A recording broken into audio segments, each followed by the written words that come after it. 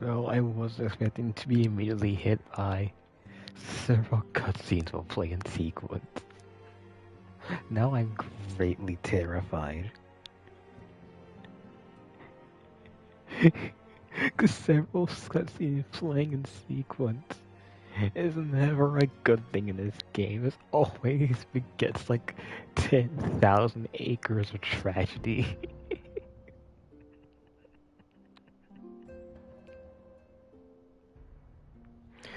Like, we smile for a second and then immediately get fucking hit by Sephiroth's meteor.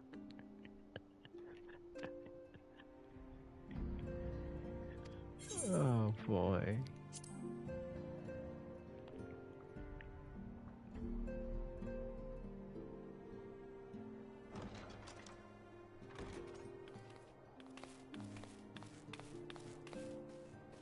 Sorry to keep you waiting. I've carried out the treatment as per Master Matoya's instructions. It should slow the destabilization of their corporeal ether quite significantly.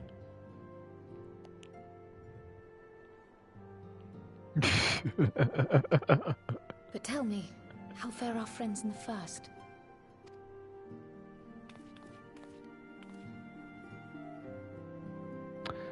So Alisaie is working on a cure to the Black Plague. Alphinaud's helping reconstruct a civilization.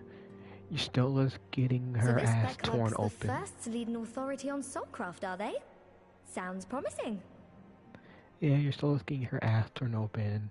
Oyanger, Thancred, and Reen are all investigating the empty. And possibly a Oracle of Darkness, so we don't know too much about that yet.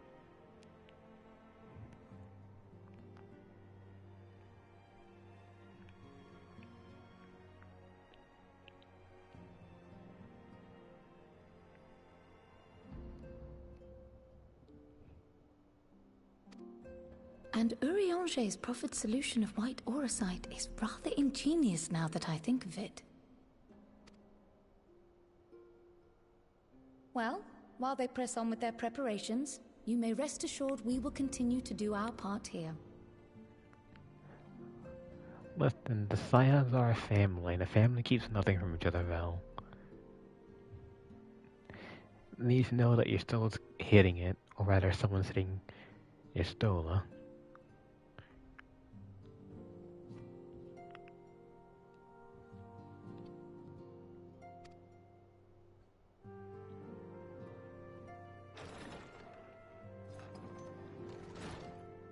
Oh, you're back.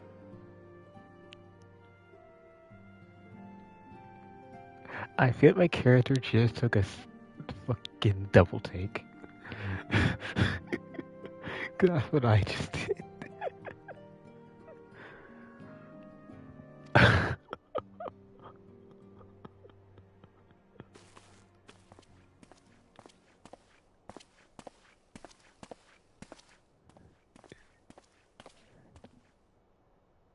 It's the boy. And none the worse for wear, I see.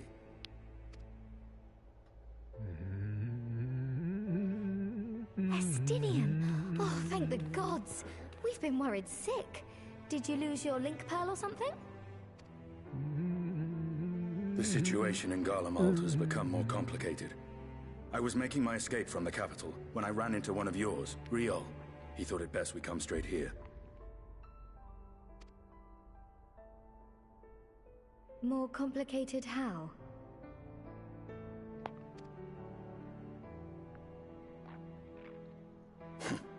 Where to begin?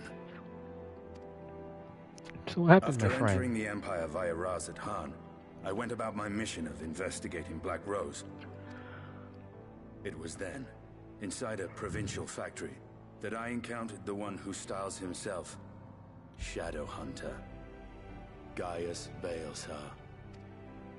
Our goals being apparently aligned, we joined forces and ventured on into the heart of the capital, to the very Imperial Palace itself. There, we found a man whom all assumed dead.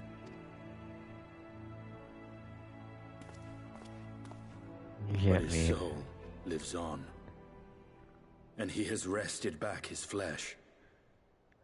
Oh no. Xenos Ye Galvus. Oh no. Nor did the surprises end there. For no sooner had we arrived than he murdered his sire in cold blood. The Emperor is dead. This sent Gaius into a rage, and he charged in, blade drawn. Oh no. What's Oh wrong? no, they're both getting the echo. Oh no. Oh.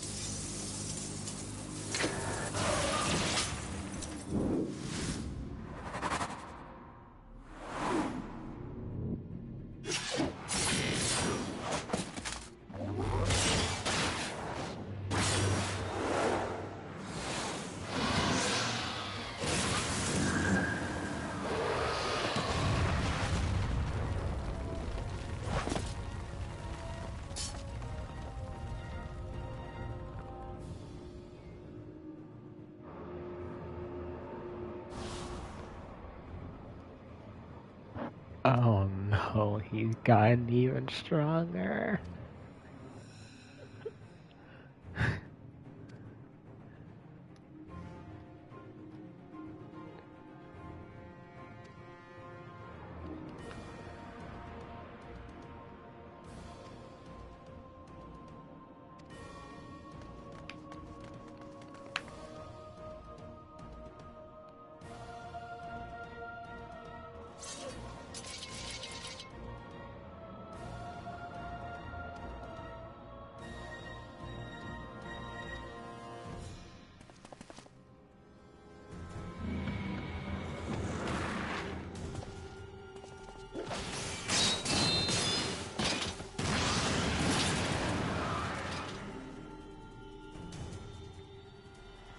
Oh, he just asked and teleported.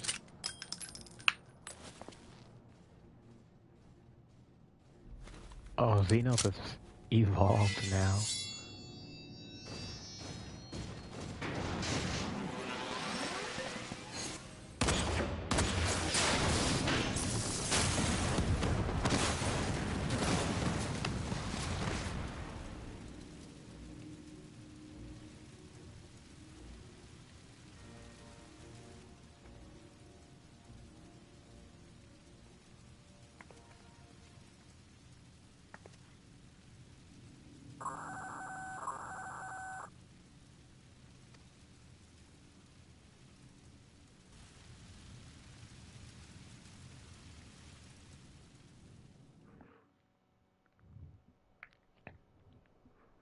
And there goes Estidian and oh.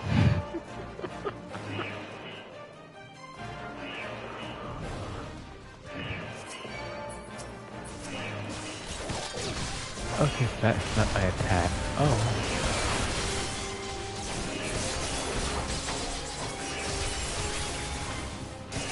So well, is this how Blizzard played Dragoon?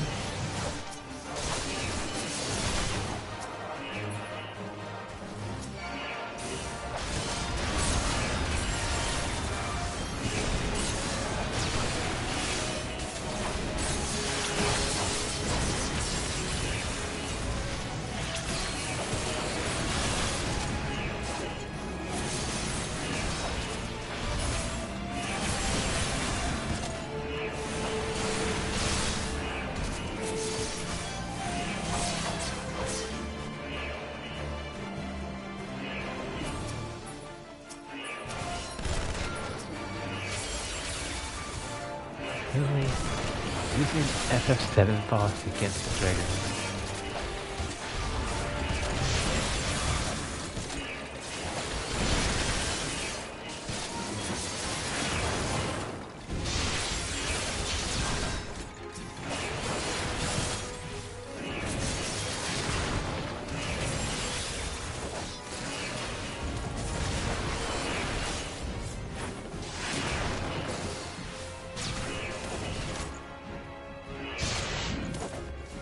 I think...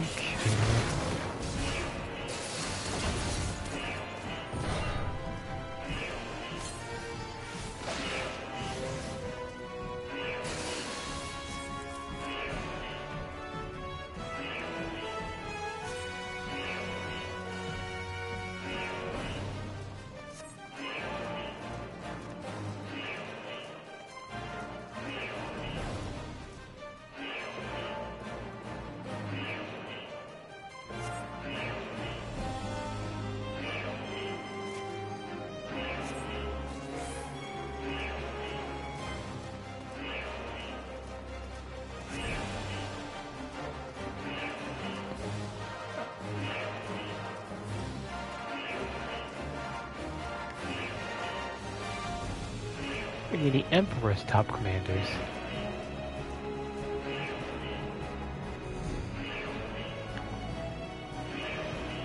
He doesn't care about them at all.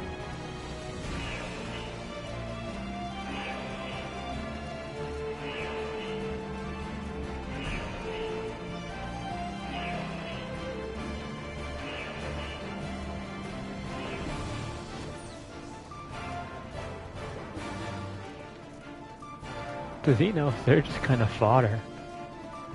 Like, yes, you can do whatever the heck you want. The species of Warrior of Lights is good and pet for me, alright?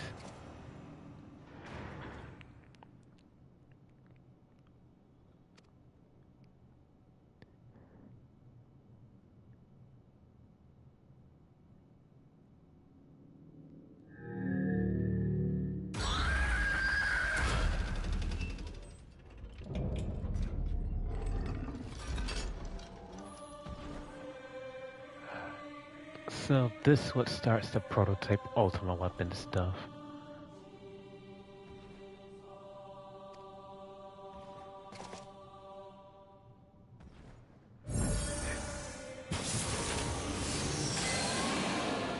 Yo, he's doing it!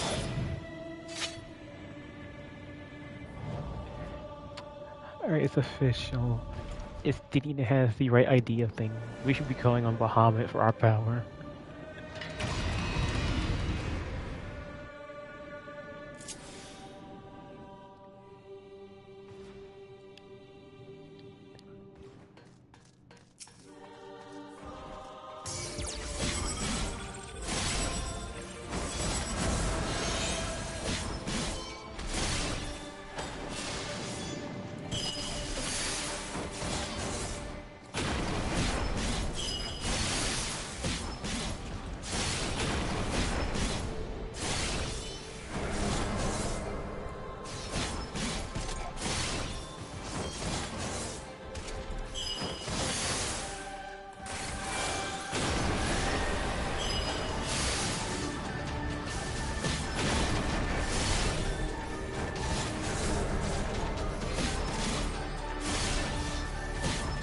Okay, Alan Moore is the shield.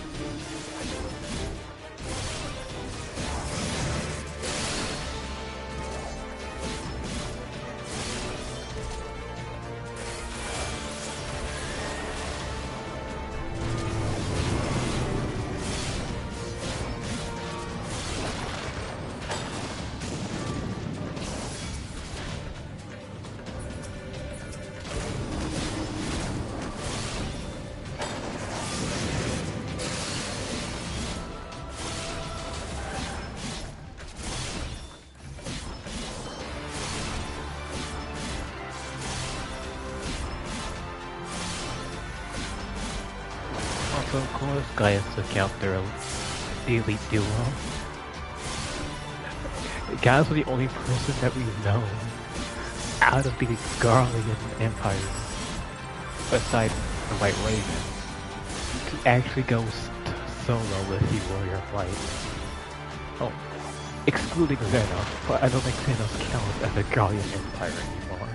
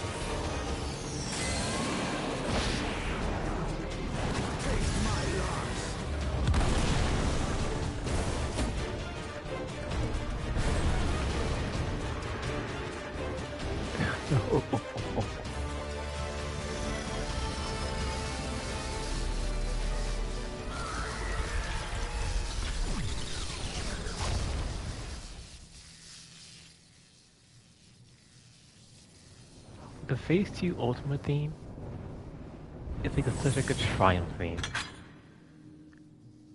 I listened to the Scions and Sinners version as well. It goes hard. Gallius and their Machina. Now, where are you, Gaius?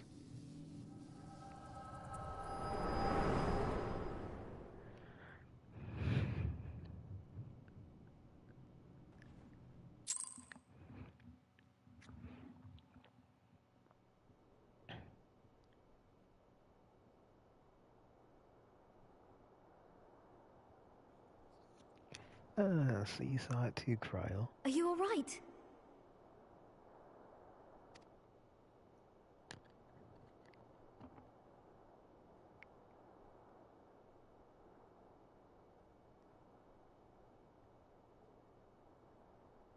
Peer into my past, did you?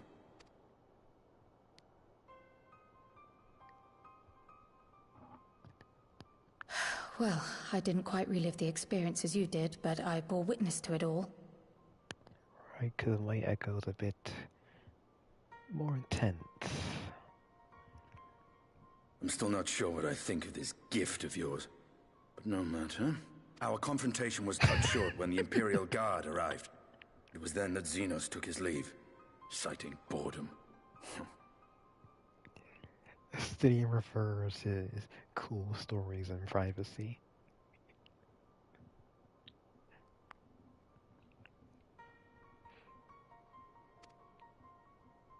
To think their research into the Echo could bear such fruit. Escaping death, jumping from one body to the next, and returning to his own after all this time. He is an Ascian in all but name.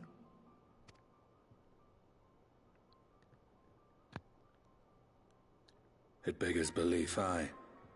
but no more than a hero traversing the rift between worlds.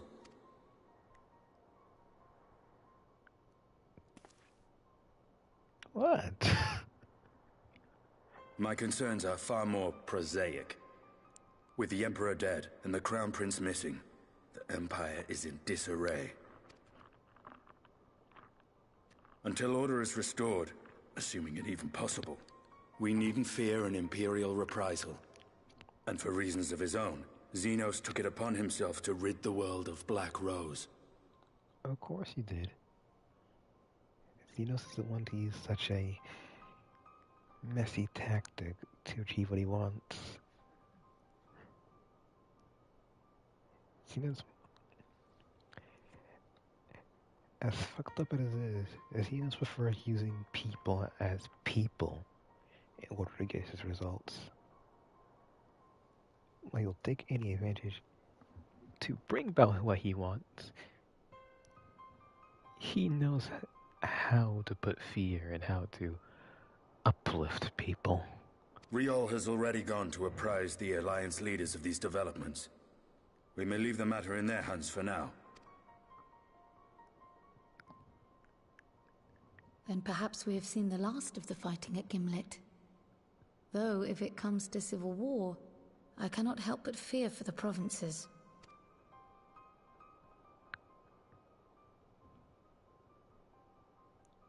Ah, I'd nearly forgotten to ask. What became of Gaius? Did he not escape with you? That he did, but we parted ways shortly after leaving Garlemald. He claimed another threat had arisen which demanded his attention. He didn't elaborate, but the absence of some device or other in the capital gave him reason to believe they're planning something. Lest you worry, I believe he has well and truly shed the Black Wolf's pelt. Conquest is no longer his objective. We may safely leave him to his own devices.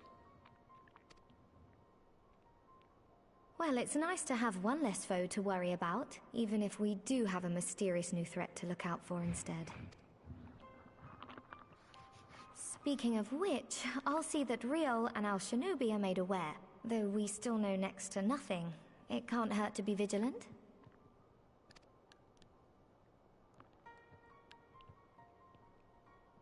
Well then, with Black Rose nipped in the bud, I believe I've fulfilled my part of the bargain.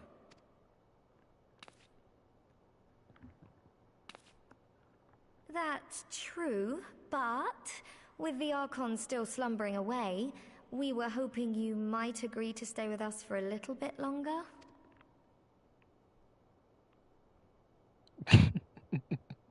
Sorry, but I'm not inclined to extend my contract. Gaius isn't the only one with business to attend to.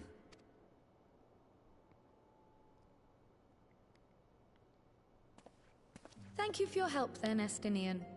I see why Alphinaud admires you so.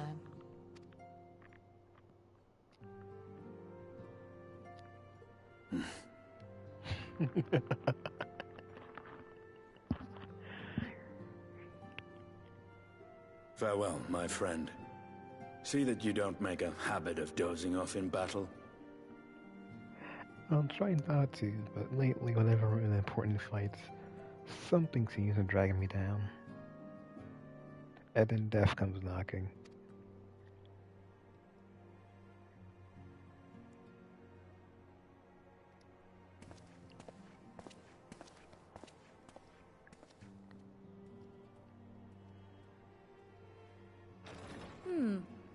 I suppose we should all be getting on then.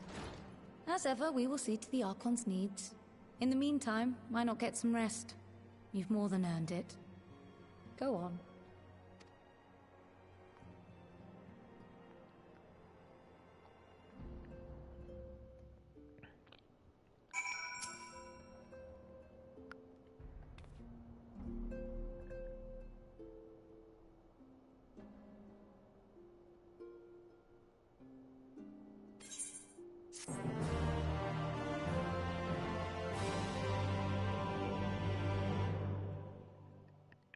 Will we actually rest?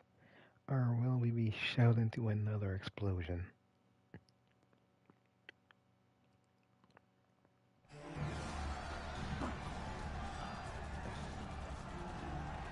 Alright.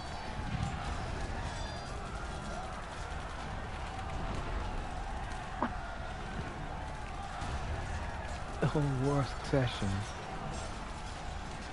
The Emperor, the one who won the war last time, and it wasn't because he had Xenos at his side. And Xenos too. Well, for lack of a better term, fucking annihilate every bit of competition. This is gonna get messy.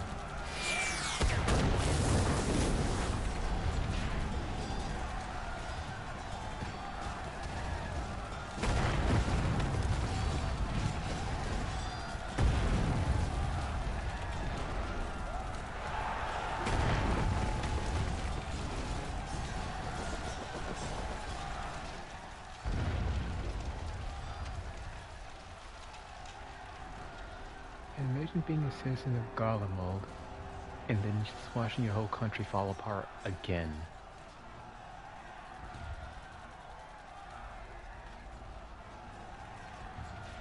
It's a little thing, Val. It's not that crazy because the way the Asians, Emmett Silk specifically, kind of cultivated Garlemald.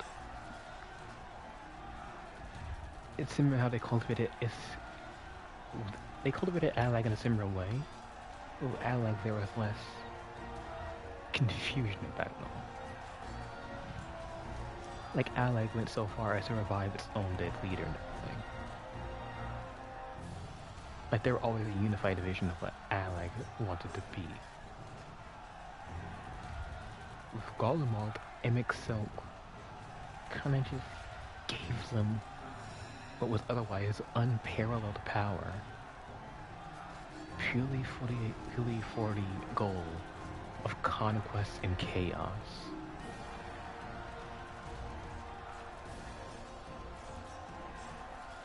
Well, it didn't help, but this is a country that has chaos and conquest at its very core, and without any sensible form of leadership or succession, the country naturally falls to chaos and conquest. It's why in comparison, it's in a similar regard, Ishgard. Ishgard's history was born on lies and betrayal, so it only becomes natural that, when pushed to its absolute limit, Ishgard ended up relying on lies and betrayal. Until someone stronger than all of that came along and helped them do it. For Garlemald, that should have been Xenos, but Xenos isn't particularly interested in all that. No, he's got a different prize. So either Garlemald's going to grow from this, or it's going to burn to the ground.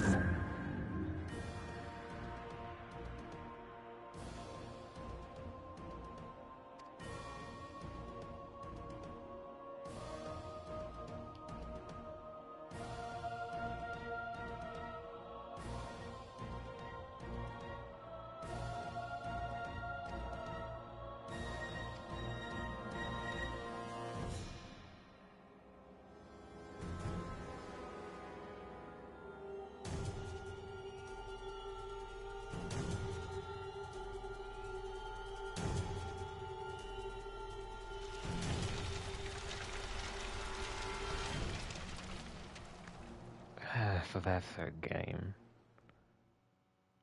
If you know about Zodiac, then you know about the original. If you know about the original.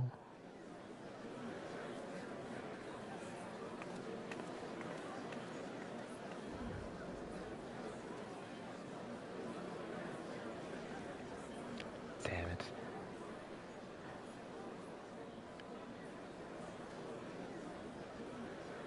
Thanos may have no interest in bringing about the original world, but he will certainly have interest in doing another Shinryu.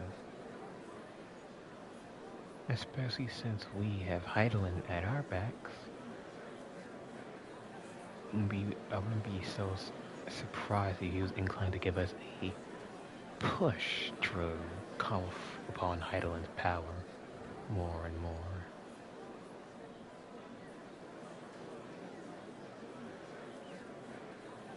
So that we may be equals in battle.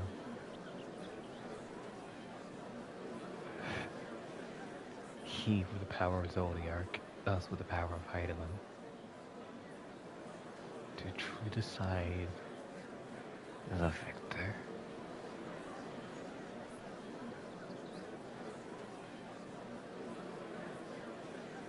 Now that's a terrifying thought.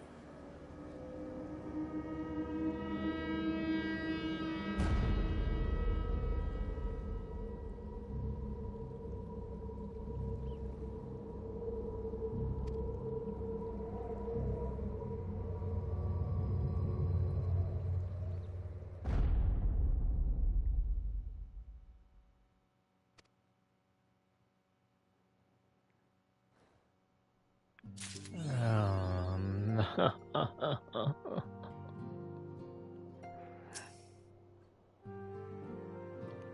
God damn it, Elizabeth, what the hell are you doing?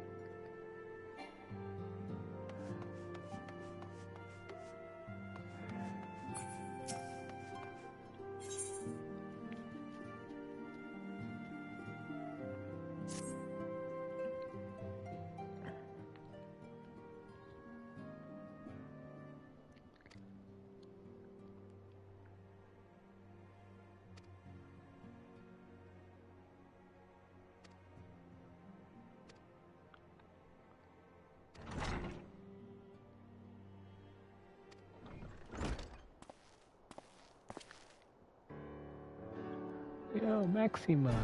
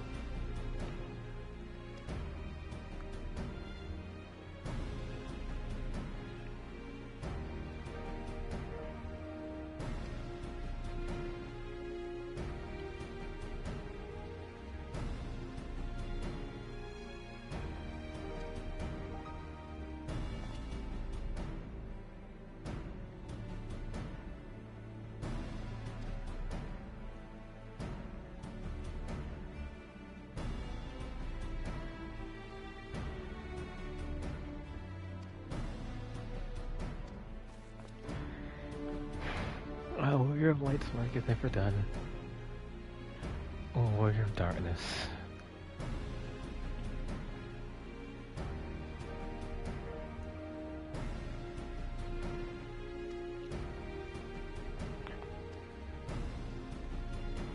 Tataris, stop trying to get us out here so we can go back to Doma.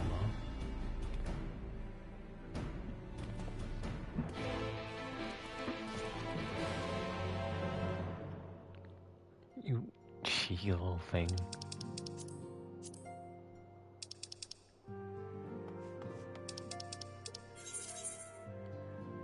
Kirabania.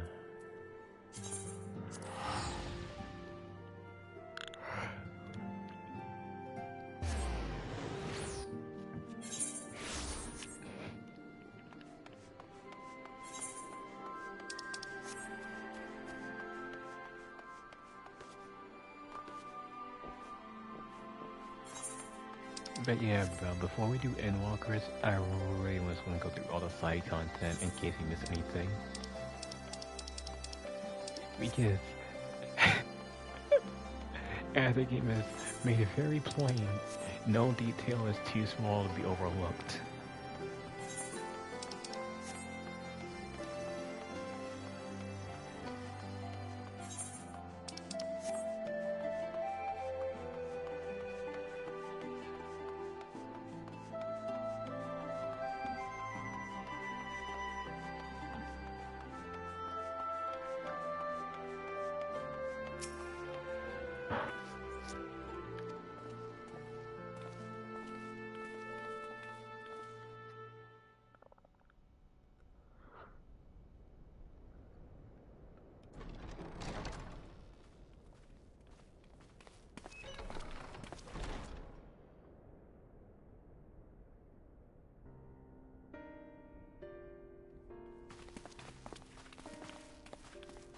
They're here, Commander.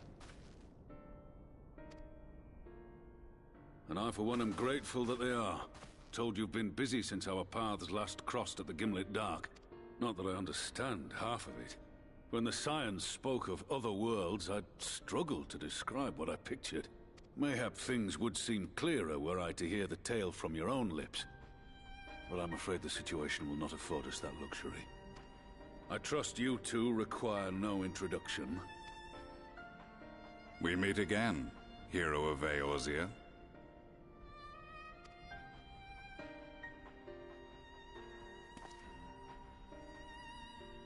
Must we repeat this ridiculous display?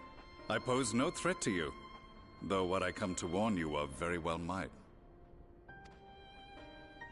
Had he meant to do us harm, I hazard he would have kept to the shadows, and brought more than 2 companions. True. But the last time I set out my garden around him, the Scion saw slaughter. So excuse me for being a bit on edge. We need not pretend to be the best of friends, but I hope we can put aside our differences for the present.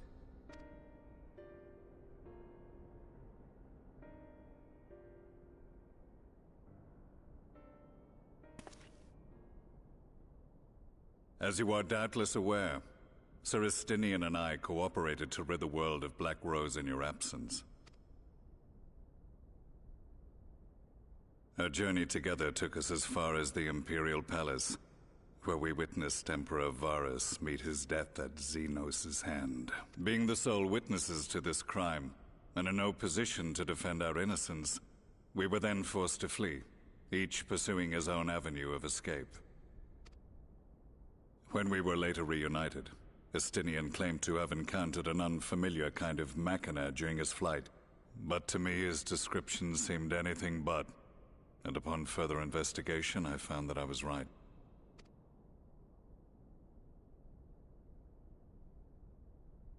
The Empire is developing a new Ultima weapon. What, that Allagan monstrosity, created to vanquish primals, with which you yourself once thought to conquer Eorzea? The same. In my foolishness, I sought to harness its power, and became the Ascian's pawn in so doing. But you know as well as I how that tale ended. The weapon itself, excavated from beneath this very city, was destroyed ere we could fully unravel its secrets, and that should have been the end of it. But unlikely as it sounds, the Empire's efforts to recreate it have somehow borne fruit, primarily through secret research conducted by the 7th Imperial Legion, it would seem. Wait, the 7th was all but annihilated at Cartano, along with its legatus. Indeed. Few survived. The 7th, as it is now, has little in common with the Legion led by Vandanis, and its leadership has changed hands several times since. Precisely how this project has continued despite such turmoil, and under whose auspices, remains a mystery. What we do know, however, is that a number of prototypes have been produced, and that one of them is on its way to Eorzea. We attempted to stop it, but it was all we could do to slow its progress, so we resolved instead to bring you warning. And right glad are we that you did. Though it soundly dashed our hopes that tensions might ease at last. As it is, we've begun to strengthen our presence in the Gimlet Dark, and are assembling a force to meet the coming threat. A force with you in its vanguard, I hope. Before you say anything, I know full well you have pressing concerns of your own. Your comrades remain in peril, and I would not ask you to forsake them, but the fact remains that you, and you alone, have faced the Ultima weapon, and emerged victorious. We need you. And so, when the time comes, if your comrades can spare you, I bid you lend us your strength. I've assigned an officer to await your word. The Ascian's downfall was to be the work of my remaining days, but it was my hand that kindled these flames, and I cannot allow them to spread any further. I will do what I must to see this mistake consigned to history once and for all, even if it means begging your aid. The Fates will enjoy the irony, even as I endure the ignominy.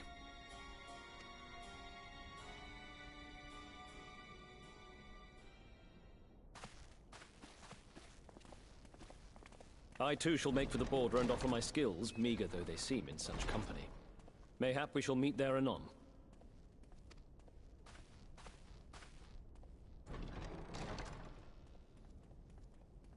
Though we can ill afford to ignore the coming of a new Ultima weapon, our friends' plight grows ever more precarious, and none save you can join them in the first.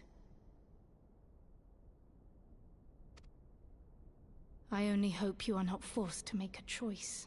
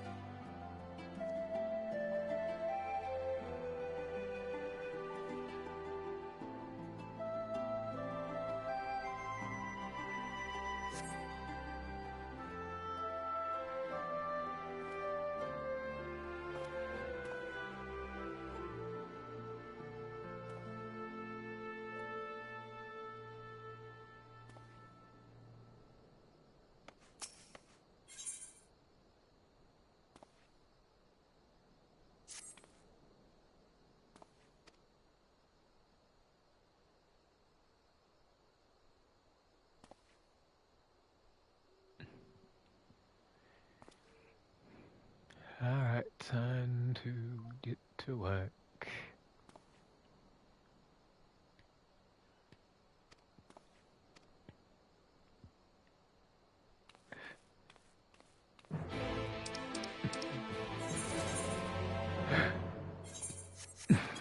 The road that we walk is ours in the dark.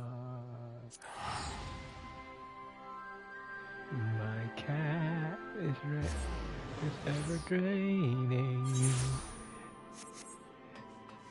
Can someone give me a buck?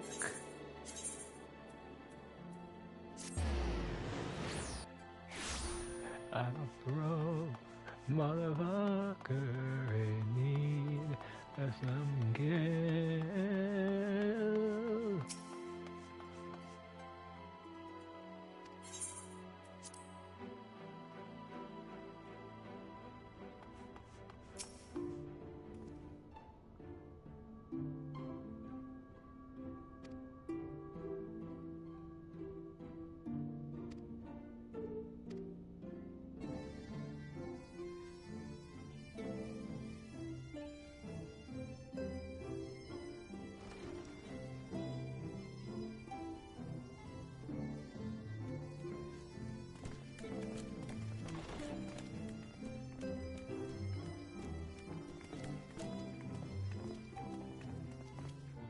Now that we are all here, what news from the source?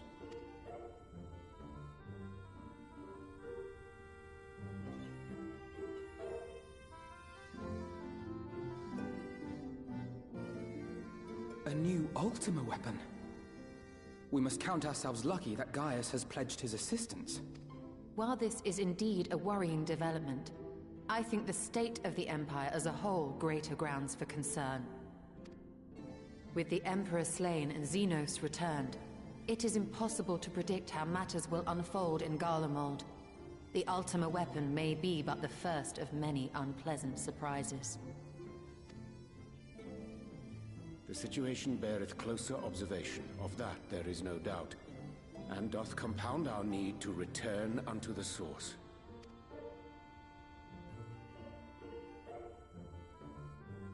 Then let us address that issue. Our long search for a means to see you safely home may well be nearing its conclusion. Thanks in large part to Urianger and Beklug's invaluable insight, we have succeeded in fashioning a vessel for the journey.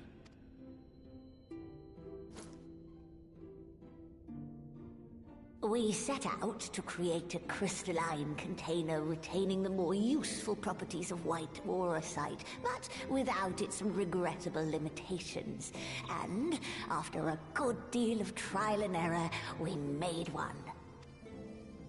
An ark for soul and mind both that will allow your incorporeal self in its entirety to be ferried between worlds. A spirit vessel, if you will. However? Though the vessel is possessed of the requisite qualities to hold mind and memory, it wanteth yet for a means to receive of them. For that, we must needs imbue it with the Exarch's innate gift. A gift that lives on only through the blood of the Allagan Emperors, which certainly does not flow within aurosite or any other crystal. Just so, milady.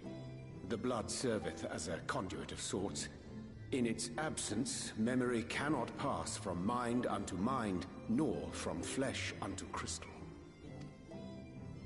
That being the case, we must either alter the process of inheritance so as to require no such thing, or determine a means by which my blood may permeate the vessel. I am hopeful that the records found within this tower will yield the knowledge we require to pursue one or the other of these avenues. As well you should be. The Allagan's body of etherological research is extraordinary. I can scarce believe it the work of ages past.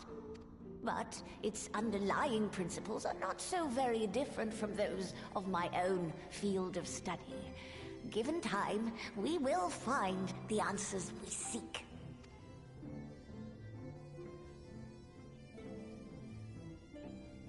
I know that you can ill afford to wait, and it pains me that I must ask you to do so. I can only reaffirm my promise to you that a solution will be found. Whatever it takes, I will see you safely home.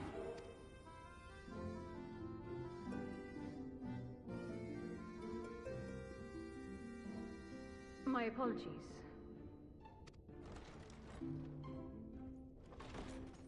I do hope you haven't come to tell us that mortal peril fast approaches.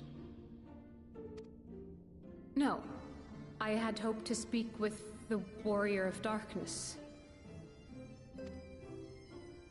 But there is no need to cut short your meeting on my account. I will be waiting outside. Alright. I do hope it's nothing bad.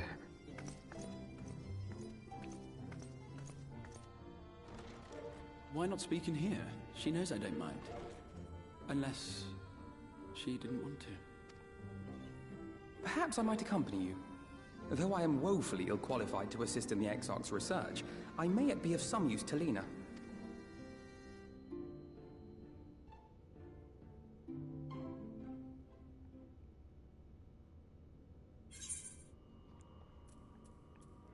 I need some bags of my hat in my pocket.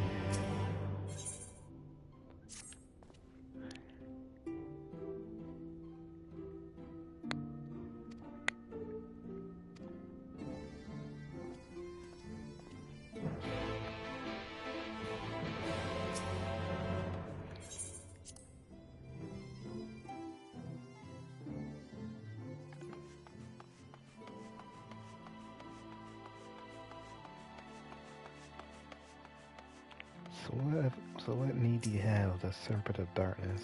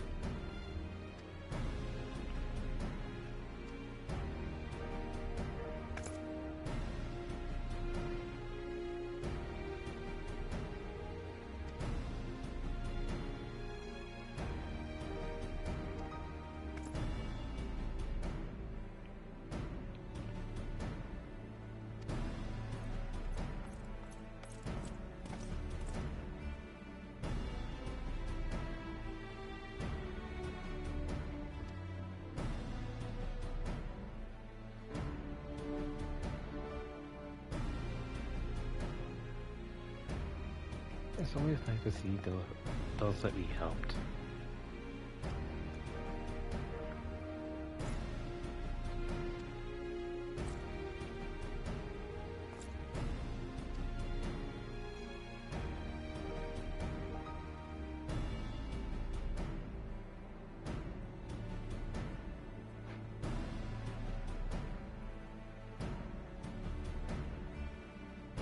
And Neil familiar.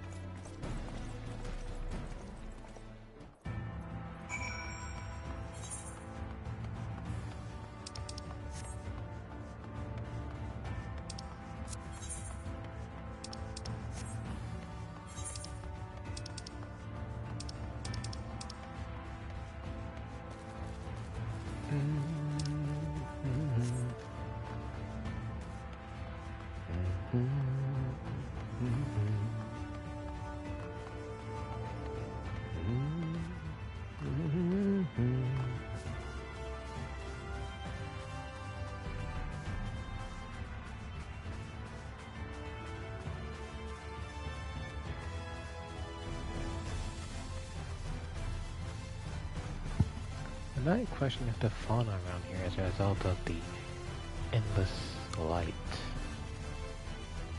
I can only guess it is.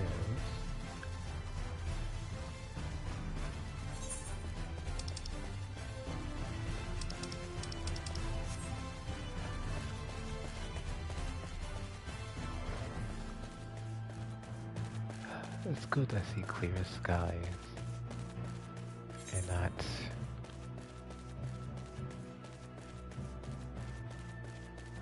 wherever the hell.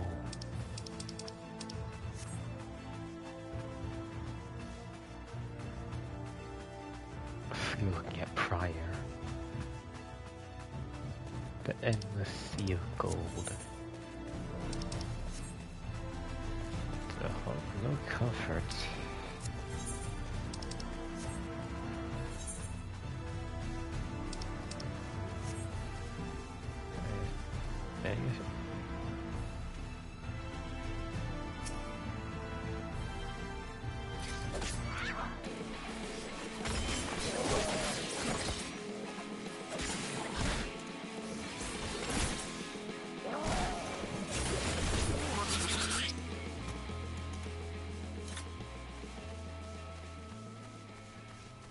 I don't know what took over me there, just something about that creature really ticked me off. Couldn't tell you why though.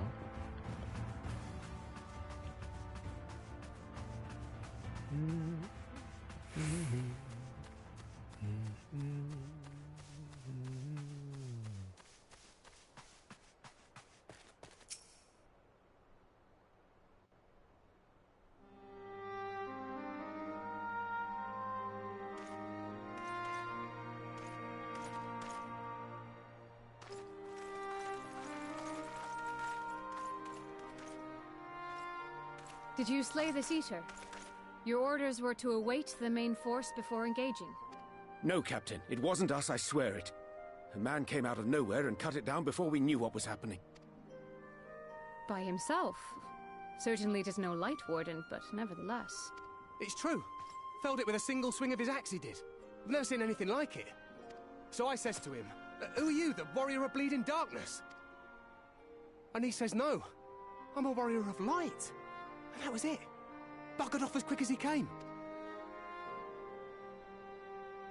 A warrior of light?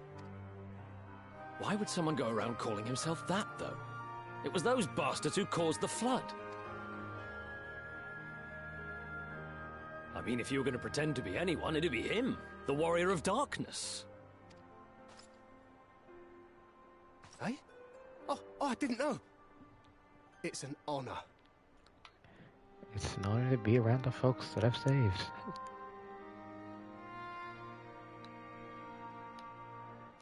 As it goes in this business, not too many get the opportunity.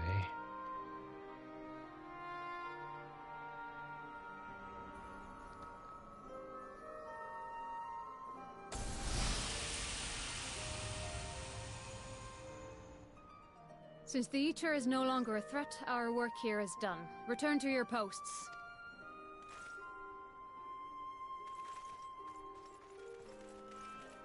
I had hoped to fight at your side today. But I'll continue to follow your example, and may we meet again. You'll get a chance one day, I'm sure. Perhaps doing a training exercise. I apologize for the wasted journey. It seems I overestimated the threat.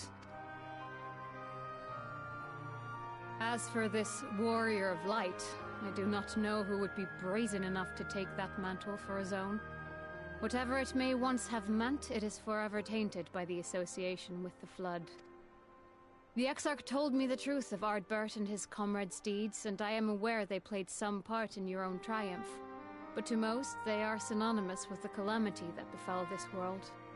Still, if this man is minded to destroy Sin Eaters, I may forgive him his unfortunate choice of alias. But that is neither here nor there. I thank you for accompanying me. Hey, safe and With that sorry. concluded, shall we return to the Crystarium? There is a proposal I should like to make. Yes, and I'm... Forgive me. There is one more thing. A personal concern of mine. I had hoped you might have a moment to speak privately. Take your time. I shall go on ahead. Thanks, Alfie.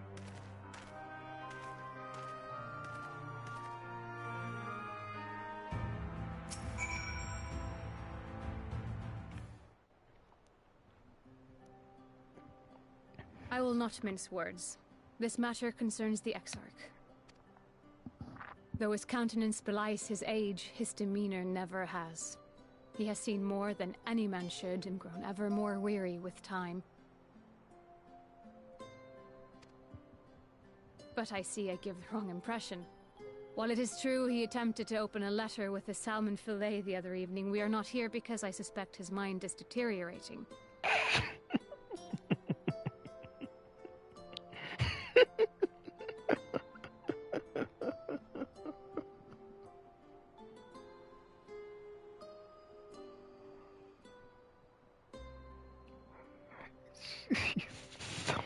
Burn.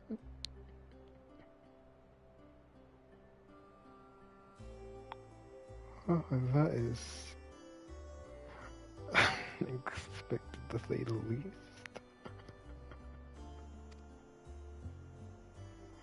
Nor do I believe him to be so maddeningly unconcerned by the prospect of his own death as he once was. Indeed, the opposite is true.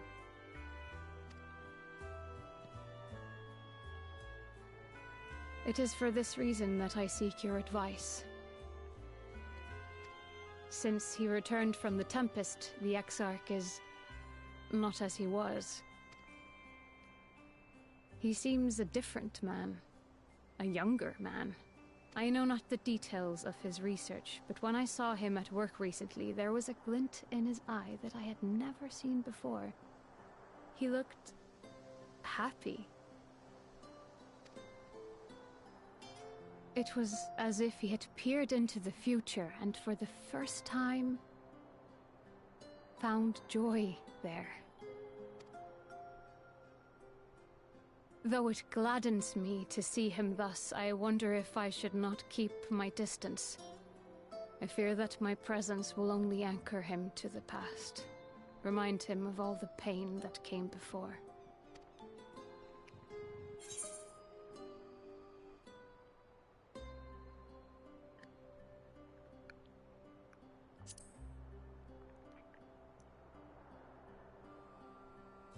Is that so? Then perhaps we might remain as we were. As we have always been. What a relief. In that case, I will have to speak with him about the amount of time he is spending at work. This research is important, I know, but if he refuses to consider his own health, I will have to consider it for him.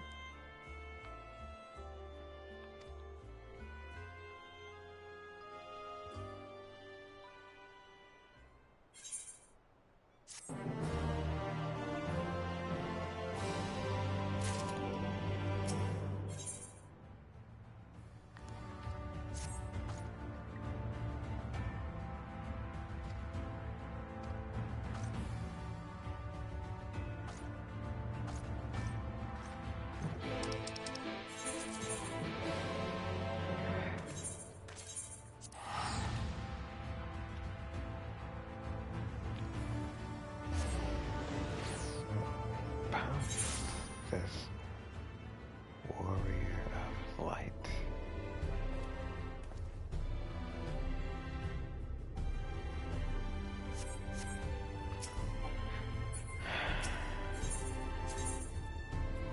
Never thought I'd be saying that name with such apprehension.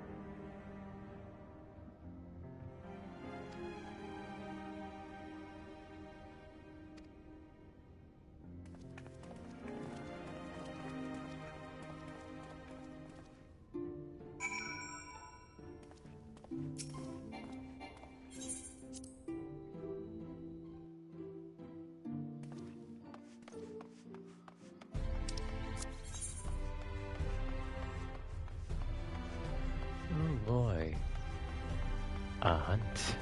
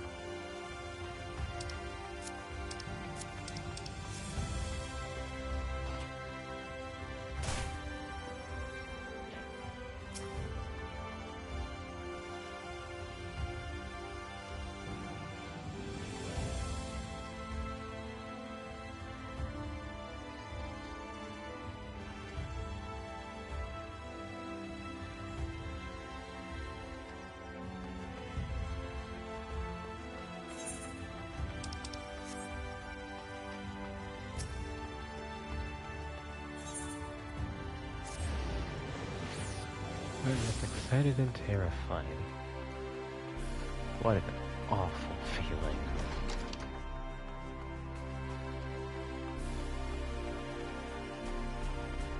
I thought we gotta people like this.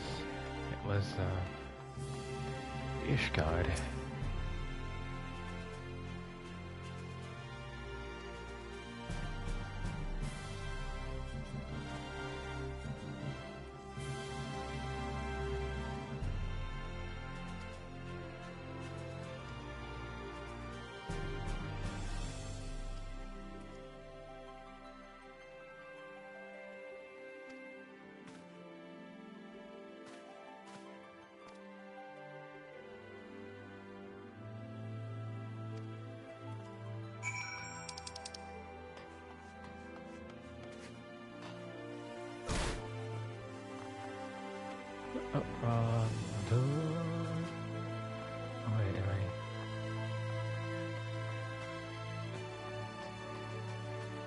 Am I right for?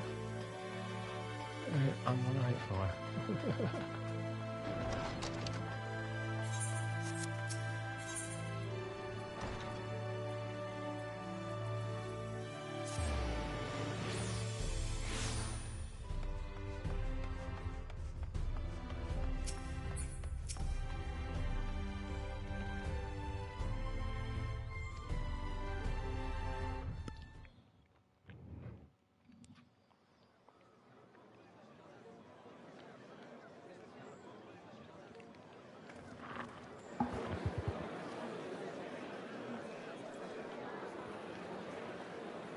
Yes, this looks to be nearly everyone. Let us begin, shall we? Though I am usually the first to hold forth at such events, I think on this occasion that honor should fall to you. They would be more inclined to take the word of the Warrior of Darkness. You're still on that, you too. Indeed. In light of the subject matter, who better than thee to speak these truths?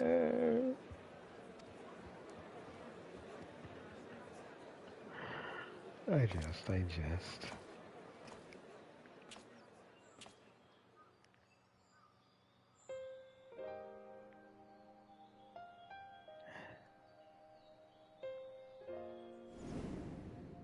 Arbor and his allies. Warriors of light and darkness. And here, there are also a great many things. Heroes. Perhaps too grave heroes. They gave it their all and plus some to do everything they can for this world. In the end, they did but little. But even after that, they still poured their all into it. Every ounce, every minuscule act. Wicked White? The Warriors of Light did all that? So they never... I mean, they only ever wanted to help. And when everything they'd done turned to ash, they still carried on. They gave everything to stop the flood. First their lives, then their souls. And they managed it too. In the end, they saved us. And we cursed their names.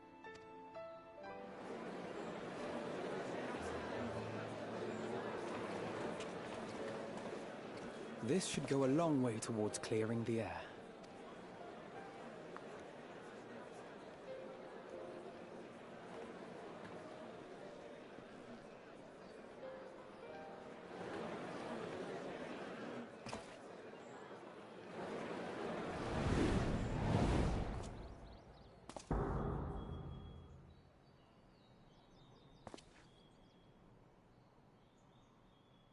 Impossible.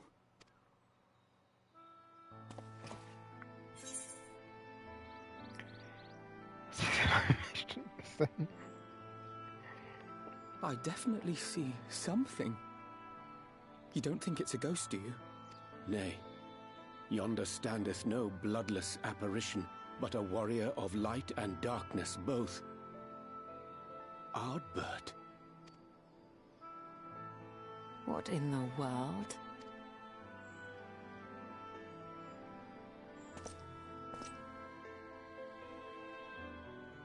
It's you! The one who slew the Eater!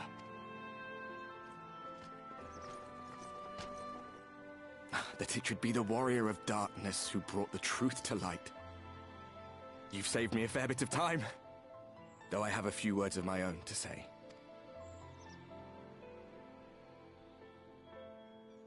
People of the Crystarium! I am Ardbert, one of those you know as a Warrior of Light. That's impossible. You should be dead. Aye, that I should. But as the world has been given new life, so too have I. I know not why I, and I alone, have been gifted this chance. But I do know this. Only by the will of the star itself could such a miracle come to pass.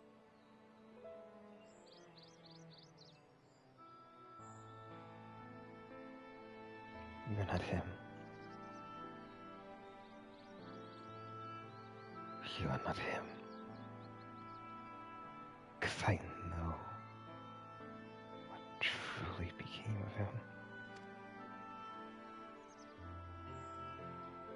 The hero who stands before you now, the Warrior of Darkness, is not of this world. And the day will come when he must return to his home.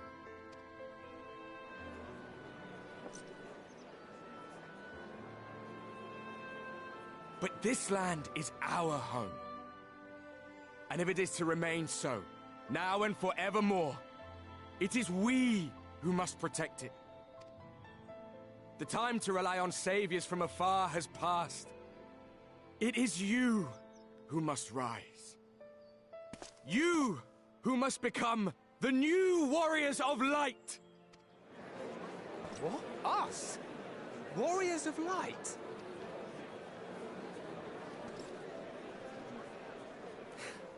None of us were born heroes, my friend. I was only ever a man with a thirst for adventure.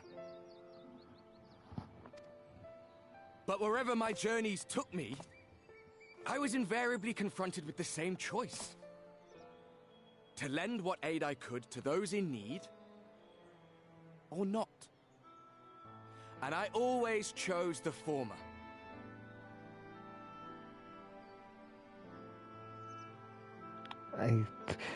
You're not wrong. But the fact you're not wrong making me ever so more weary.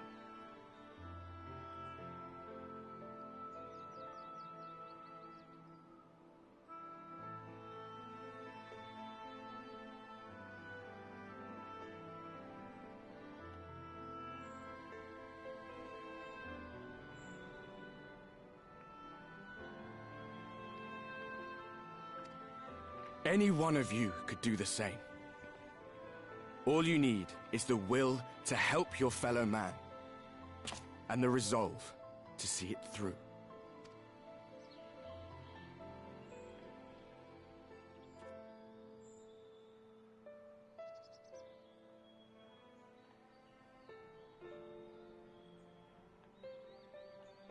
From thine own lips did we learn of Ardbert's fate, and by thy countenance I gather thou art not inclined to recant thy testimony.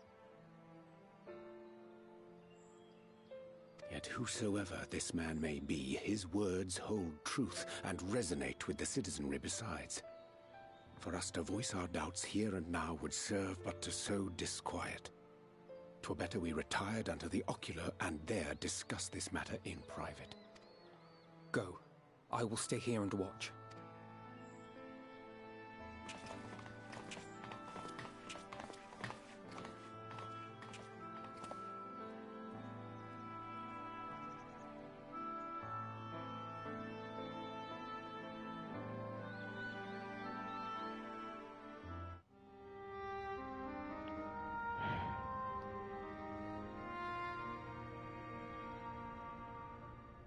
So, that is a Warrior of Light of the First.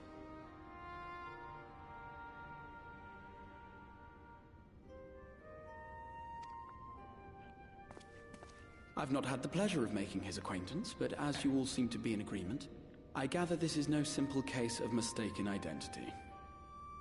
Nope. As far as I was able to discern, that was indeed Ardbert.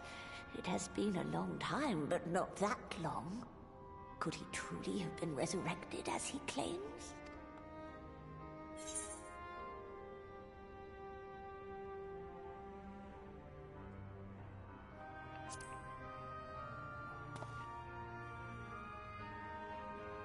Ardbert did entrust his very soul unto thee.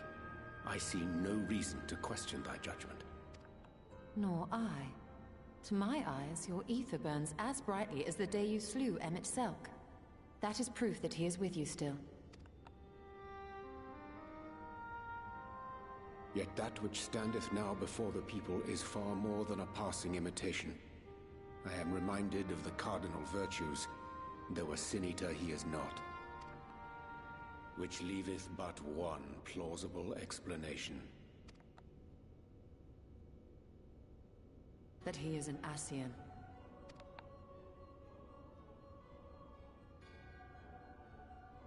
Given their fondness for posthumous possession, I would have to agree.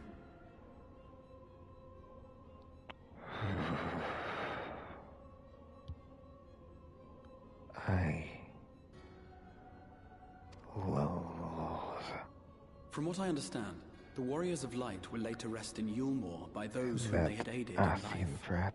At the time, some few still remembered them as heroes.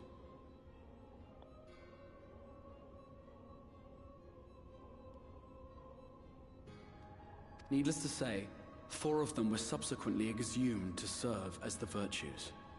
And if one knew where to look, Ardbert too would not have been difficult to find. Assuming then that this is indeed the work of an Ascian, my mind inevitably turns to the last remaining paragon to survive the Sundering.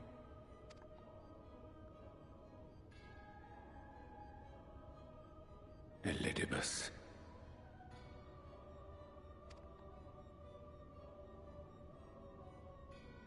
That Xenos hath reclaimed his own flesh is known. Thus evicted from his borrowed form, and cognizant no doubt of Emet-Selch's failure here in the First, 'tis quite possible the emissary chose Ardbert for his next vessel. Inhabiting the flesh of the fallen? My, that is unsavory. And they do this often, you say? Verily, for they possess no corporeal forms of their own. In what one may term their natural state, none save those gifted with the Echo can perceive them. Indeed, when Elidibus intruded upon the waking sands, his presence did go unmarked by all save Minfilia and the Warrior of Light. On that occasion, I myself remained ignorant of his coming until after his departure. It was only at a later juncture, when he deigned to appear before me in borrowed flesh, that I was finally able to take the measure of him. In such puppetry do the Ascians engage when they seek to influence the course of history. And they have gained much by it. Emet-Selch single-handedly built the Garlean Empire in this manner, while the Hebrea came close to conquering Eorzea, having taken possession of Thancred's living body. Yet it must needs be noted that the Ascians cannot avail themselves of all mortal vessels. For were they able to do so, none would serve as a better pawn than our own redoubtable champion. Mayhap the blessing of light shieldeth Hydaelyn's chosen from Ascian influence. Or mayhap other forces are at work. We cannot say for certain. Whatever the reason, I hope it holds true. I dare not contemplate what might come to pass otherwise. Is it not peculiar, then, that Ardbert's mortal remains should be susceptible, given that he was once a warrior of light? Or did the final departure of his soul make it possible, perhaps? Regardless, to hear an Ascian use him to call forth new warriors of light boggles the mind.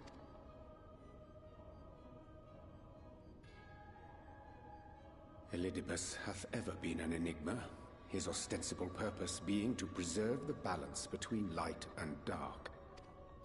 When he made overtures towards me, however, I was afforded a glimpse behind the mask of the self-appointed emissary. I shall not defend mine actions, undertaken in pursuit of a better understanding of our foe as either wise or prudent. Nevertheless, what little I did glean may now prove useful. Elidibus possesseth a subtle mind, practiced in the art of manipulation. That he coaxed this star's most valiant heroes as far as the source with naught save half-truths is no trifling feat.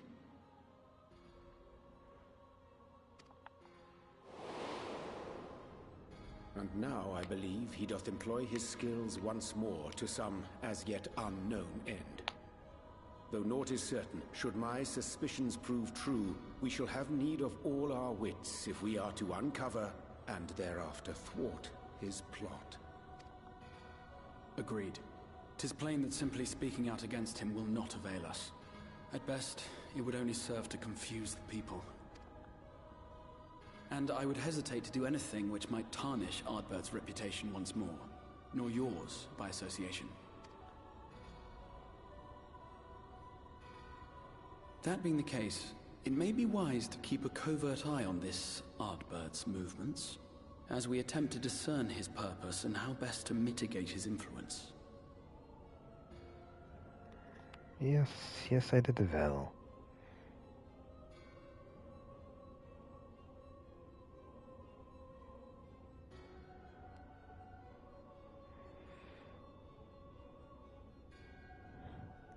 And I must say, I was thoroughly disappointed when I saw him.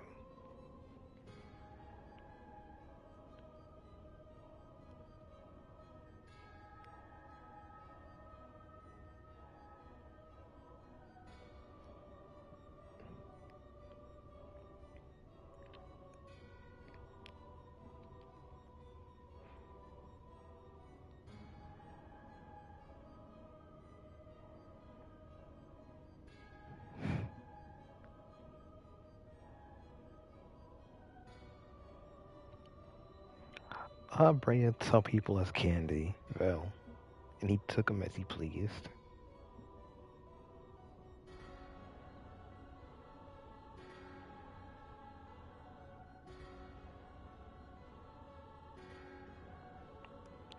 You're indeed correct. Because out of all the Ascians, Brea was the most fond of using vessels to manipulate people, which often left him as the most exposed of the group. It did grant him a lot of action, yes, but compared to Emmett's more meticulous use and Elizabeth's more tactful use. His was more or less a means to personally act out against others instead of a more strategic route, as shown with Thancred. Had he chose any other vessel besides Thancred, he likely would have been avoided his failure that we saw in A Realm Reborn.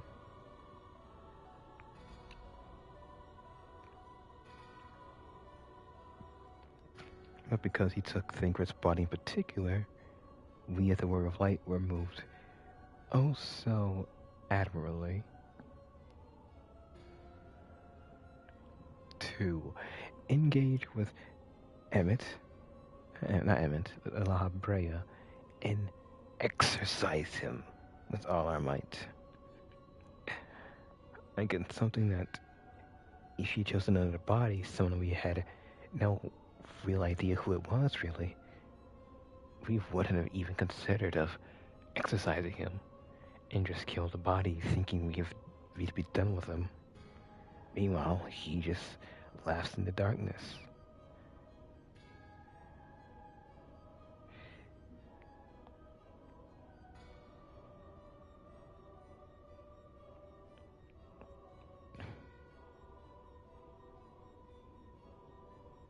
Because we did for a while think we defeated Brea with a Sword of Light, until he started popping his head up again. Then that Realis really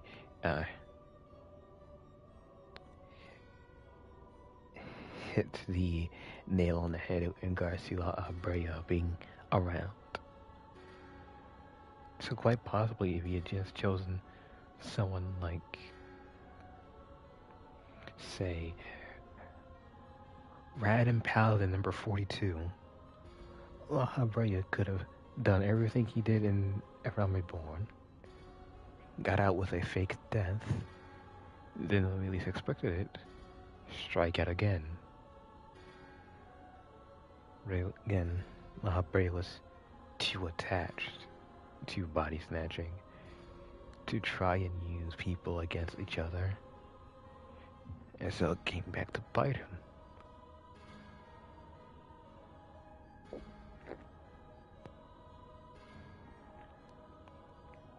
You don't really fess with someone's friend when that person has Hydaelyn.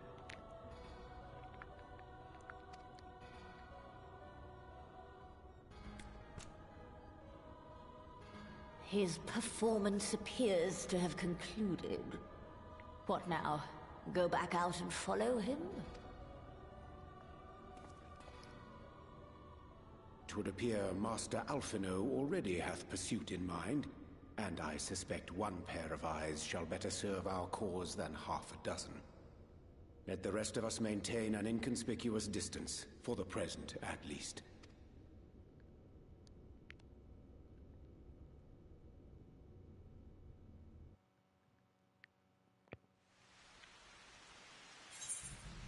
Da da da da da da.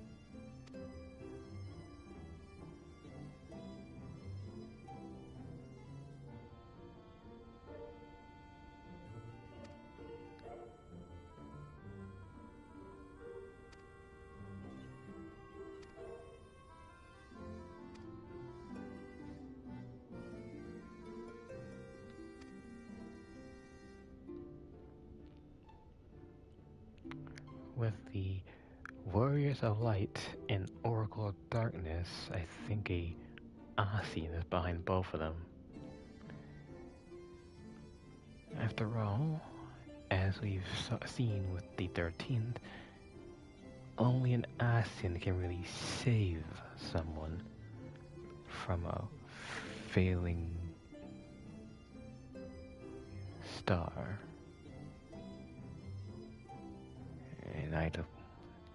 And we're more likely to think that Eden wasn't just ignored by the Ascians in Shadow the First.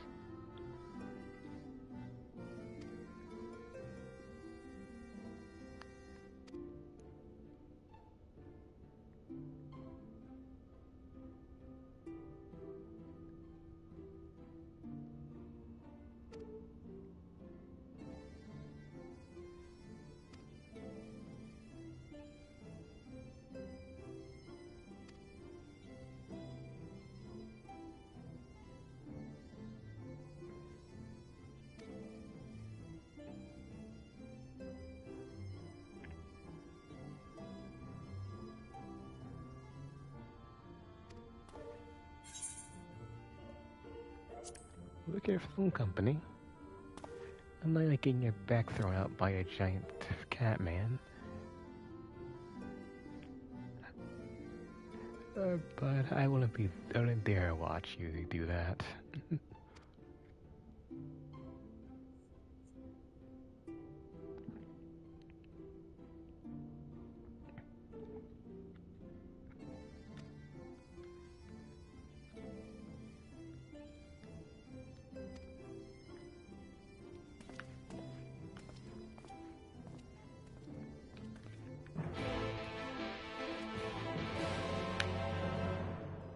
And my on-screen chat is bugging out.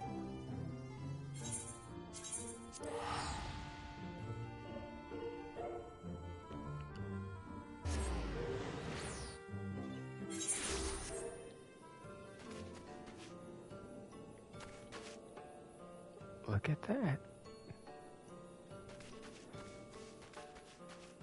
They actually have darkness.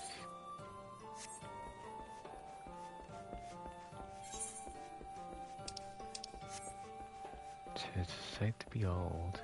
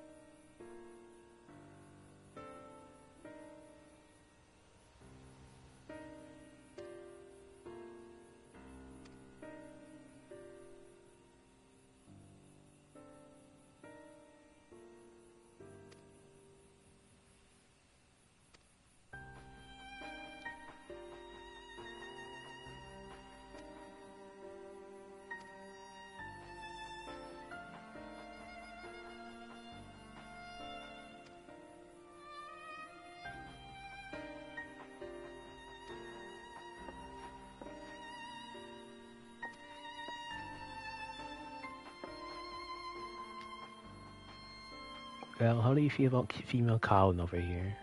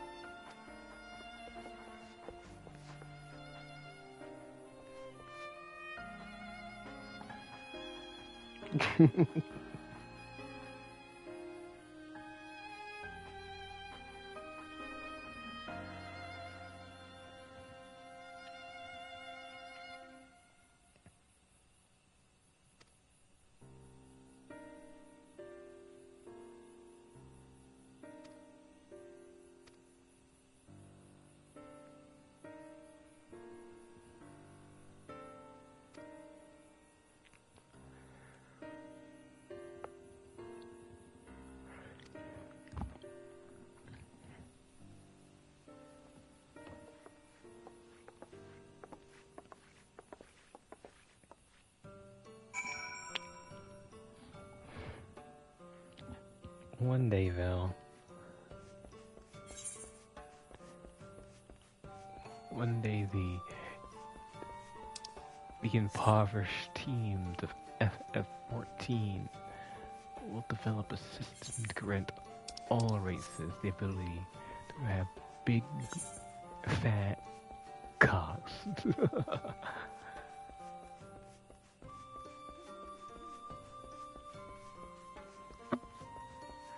Actually, what's up? 1 second. Let me check.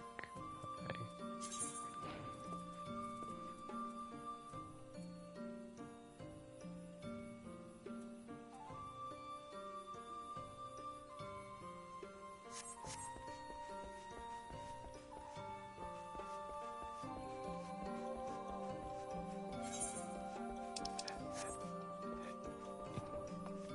Not to ruin the moment, but I think it'd be really funny if Stormblood got a title that was called The Storm of Blood.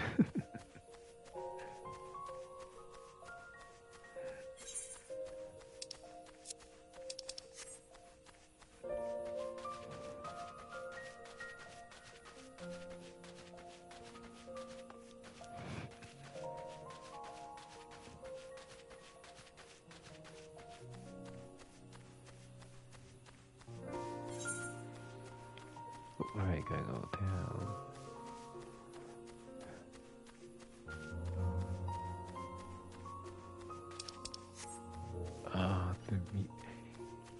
So much. It is both. I both like cherish and despise that they kept all of these night themes away from us until after we got rid of the Night Wardens. Cause good lord, they sound so good. Collusias, the Deep Woods. Oh, I am ever in love.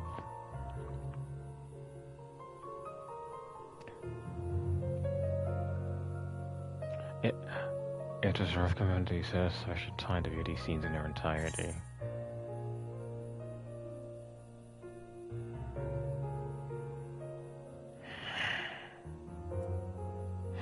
Val, I'm not ready.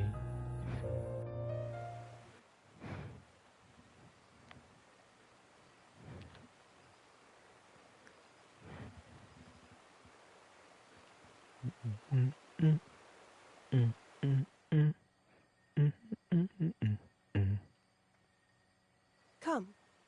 Our new discoveries are to be found this way.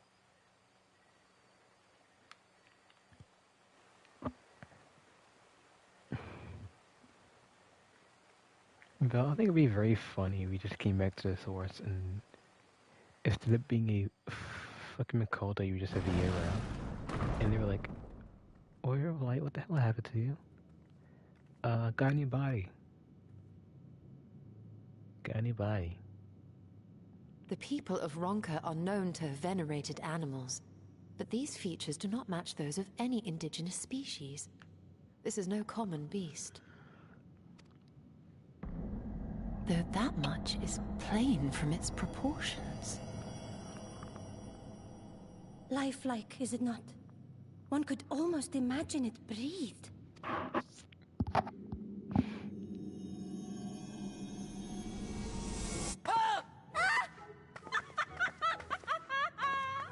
Why you... Ugh.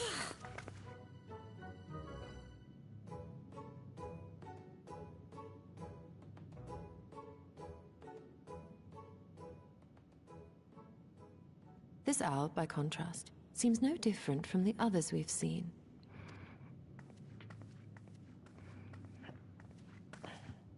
The sealed door lies ahead.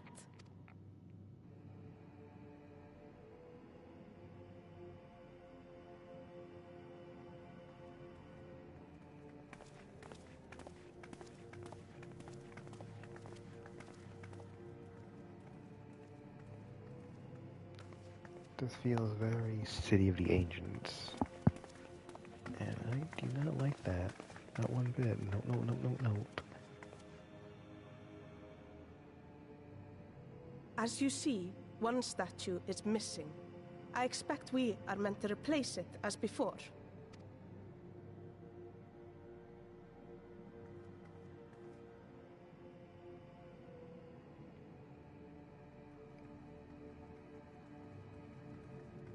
Too simple. There will be some additional defense mechanism.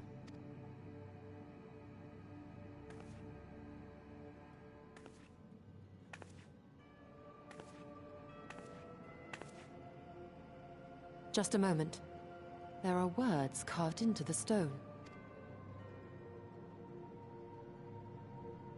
He who would disturb a hero's deserved slumber shall instead waken the beast and know his folly. Wait! Don't!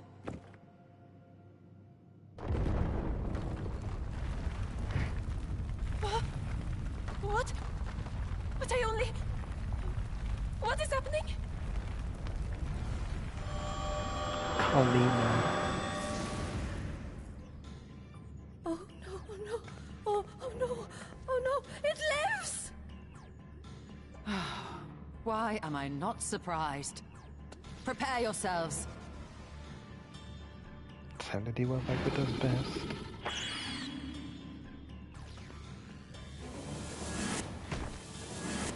Huh?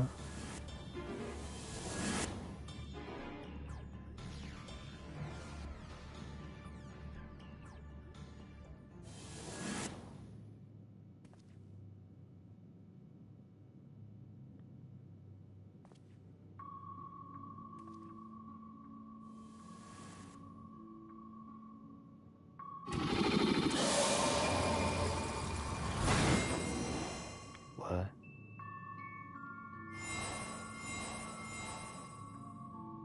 Oh no.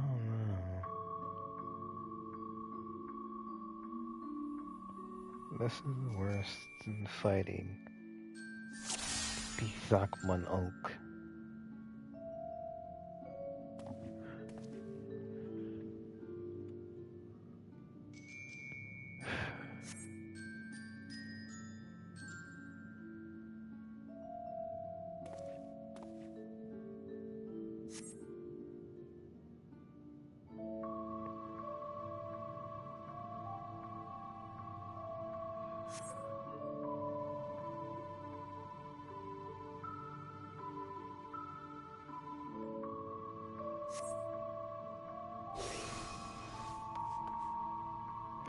If the paw akin to I vie, thou wilt depart, impediment of our whole do our efforts descry.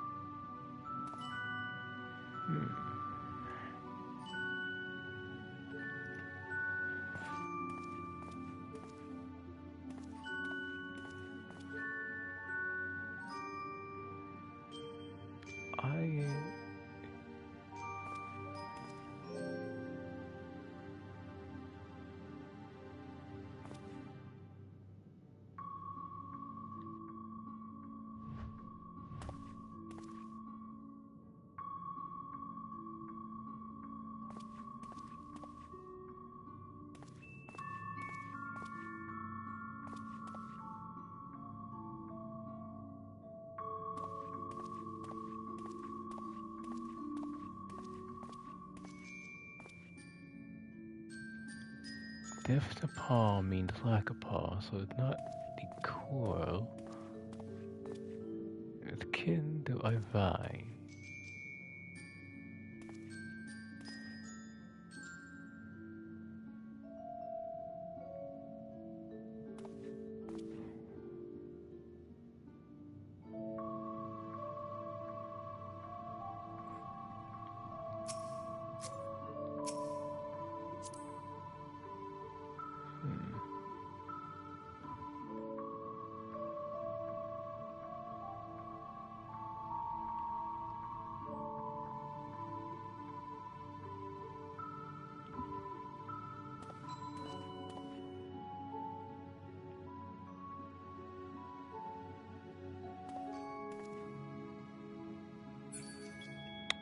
Valley, I think you just made things worse. Because now I have no idea which to pick anymore. I was gonna choose the Oppo statue, but now I don't have any idea to choose anymore.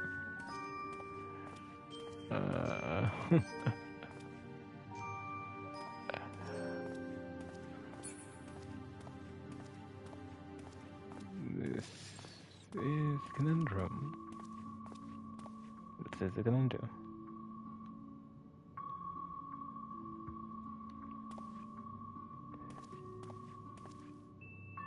Okay, so it is a snake. For a second I thought it was a bird, because I thought that was a beak.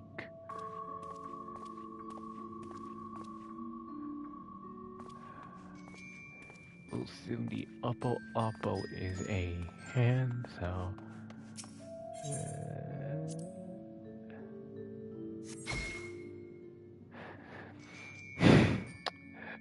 Valley, literally you made me feel that.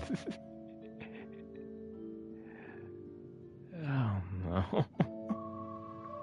Like I was actually gonna choose the Oppo.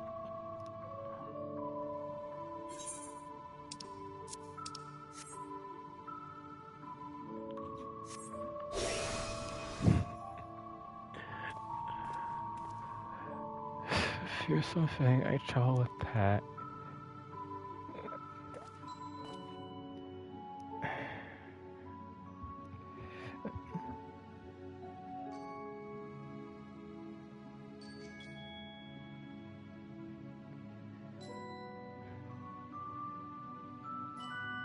Why would I just choose all the wrong answers? I'm going for that now, Val, because I'm just... You broke me.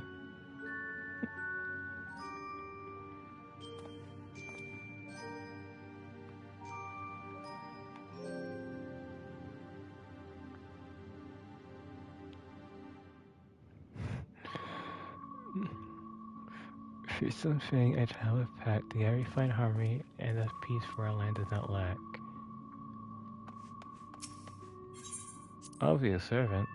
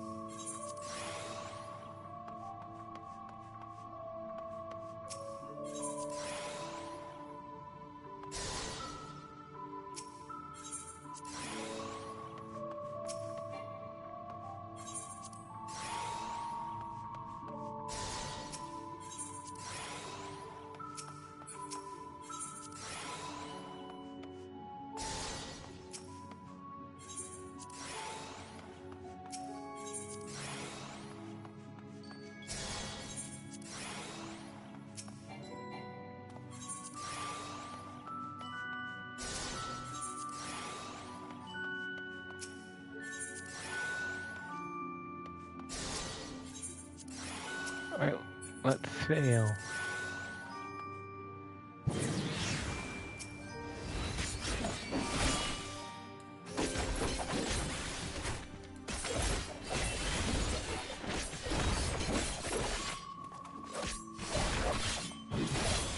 I need the XP anyway.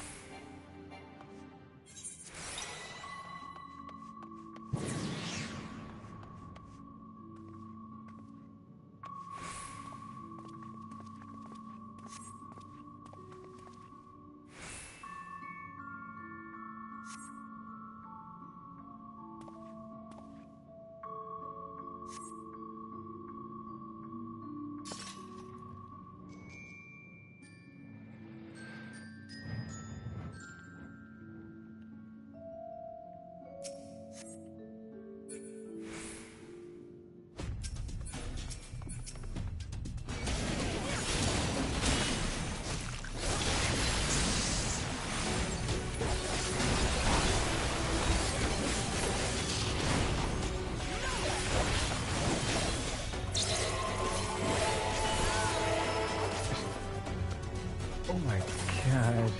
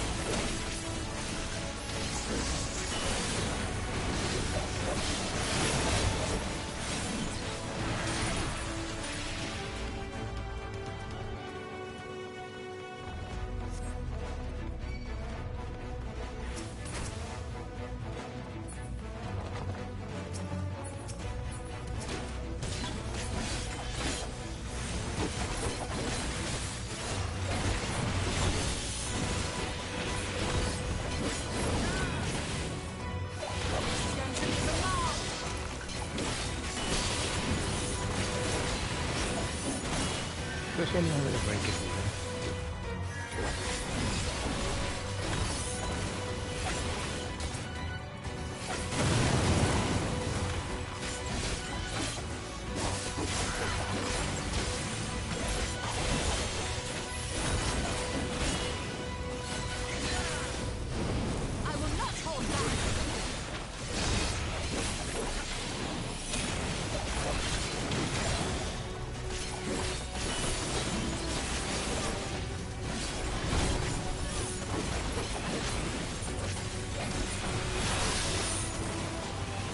that.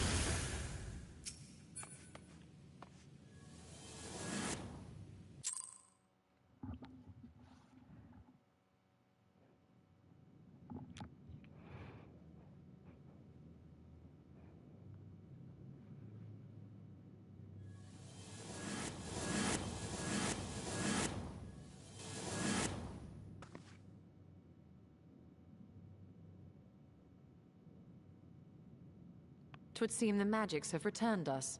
How polite. Alright, Vel, so here's where you messed me up on a thing.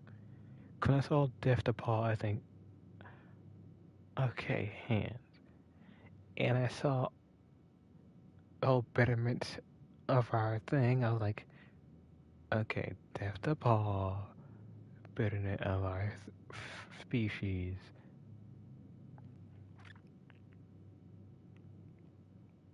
Not just lack of pause.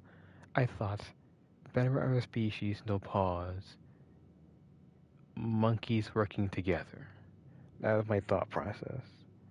Then when he said he said it didn't mean they had paws, it mean they're skillful at paws, I thought, oh, so cats. Community of cats working together, I see. That was what made me think, Vel.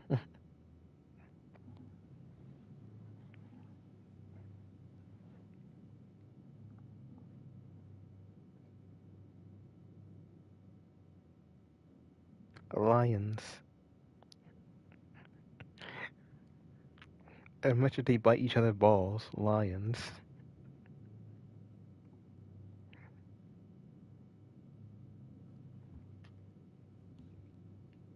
Now, what have we learned?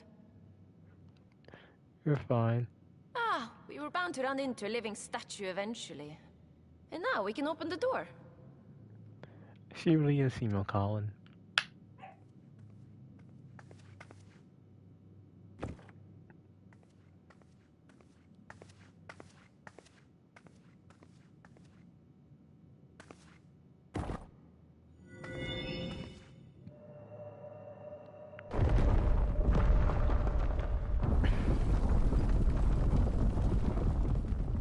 He who would disturb a hero's deserved slumber.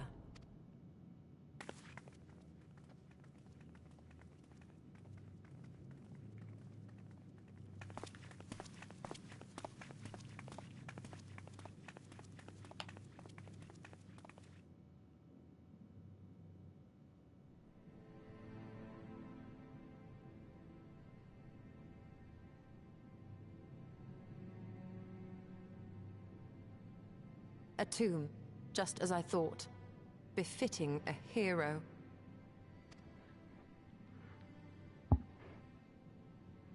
She is Vis.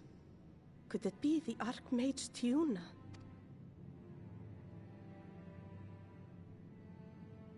A legendary hero of Ronka, as you surmised.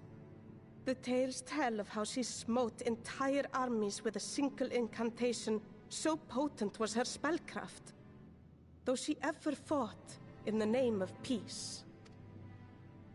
I thought them no more than tales. To think she really existed. Well, I for one always believed.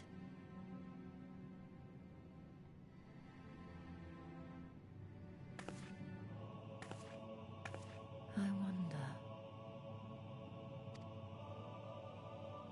By the light of fallen stars, great power awakens. Tiuna was not only a master of spellcraft. It is said she could see truths long lost and hear the voices of men's hearts.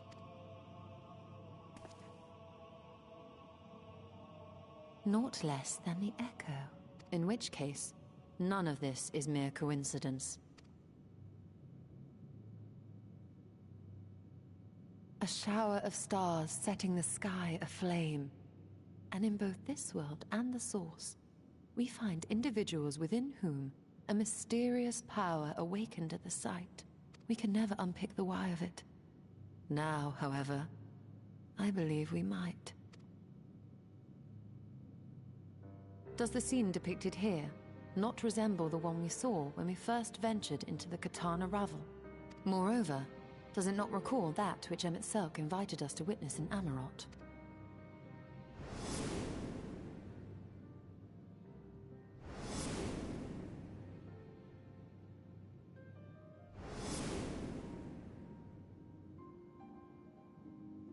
The final days.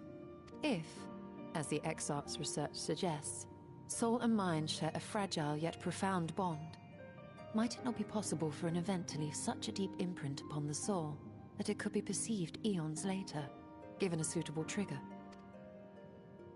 The Echo defies explanation by conventional etherological theory, or shall we say modern etherological theory, but if it is a power that once belonged to the ancients, to souls yet undivided,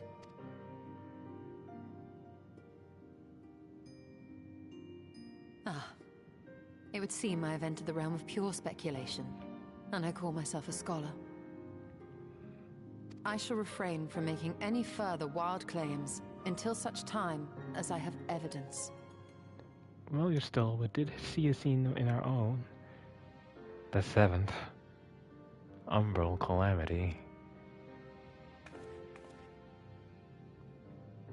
Still, I cannot choose but be reminded of our experience in Amarot.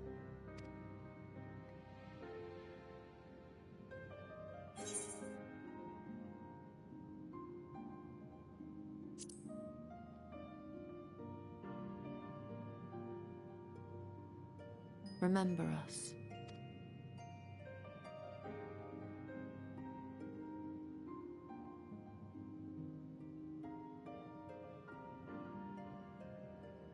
History is learned, not lived.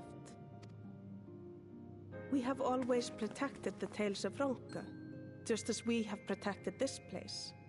But we are mindful of what our mothers taught us. We see the past through our own eyes, and speak of it with our own words. Thus do we come to understand it in our own way. But this is not the same as remembering.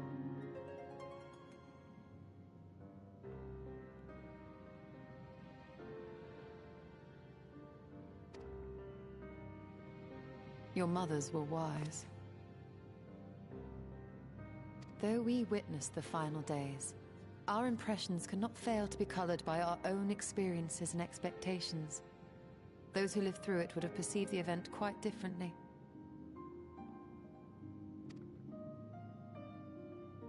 We must bear in mind that it is no simple matter to keep the truth alive, or it will die with Emmett Selk and his kin.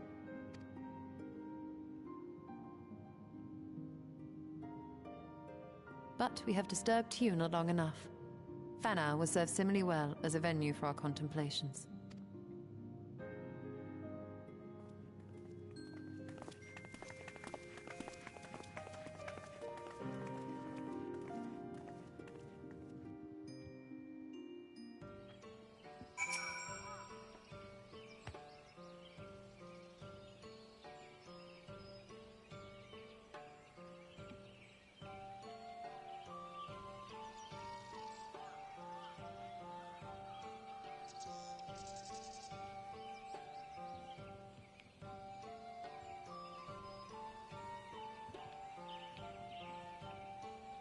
Your son, Emmett Selk,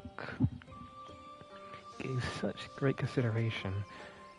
We can only repay the gifts and by giving him great consideration.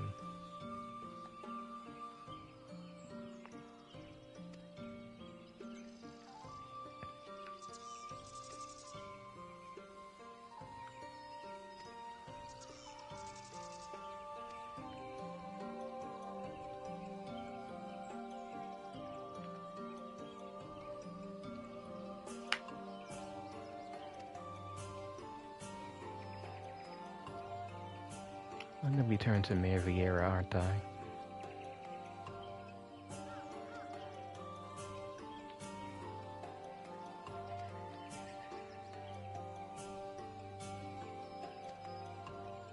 Well, male V to be specific.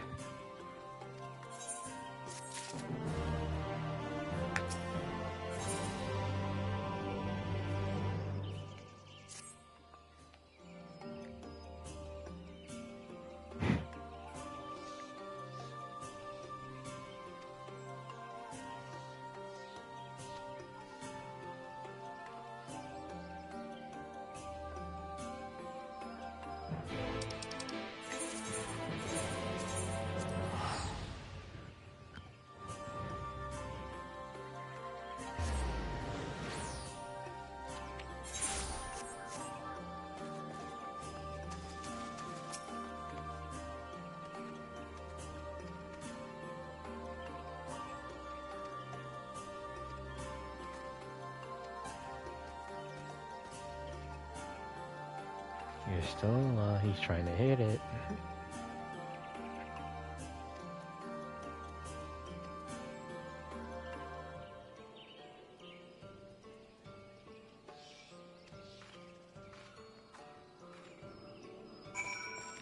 Yes, once he's done cooking. And once he's done cooking, I presume he'll be smelling cat from you, Justola. Oh, more cat than you already are.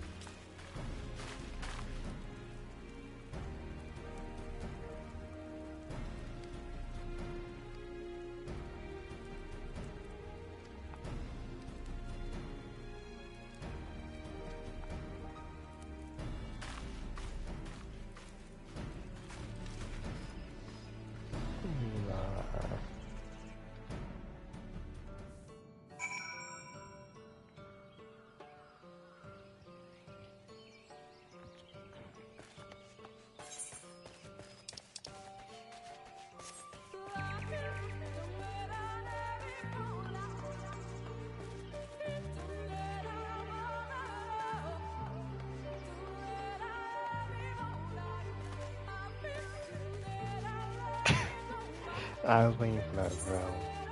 I was waiting for it.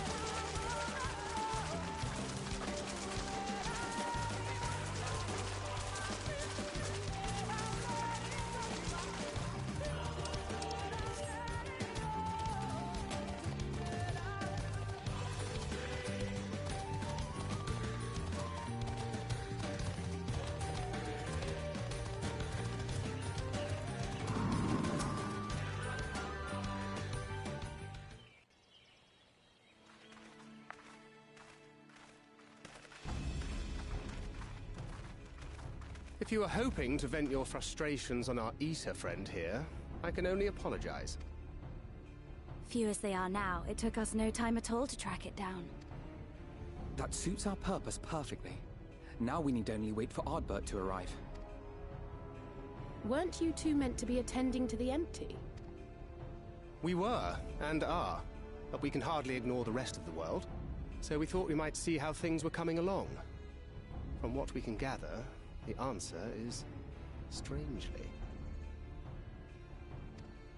Right now, we think we can do more good here.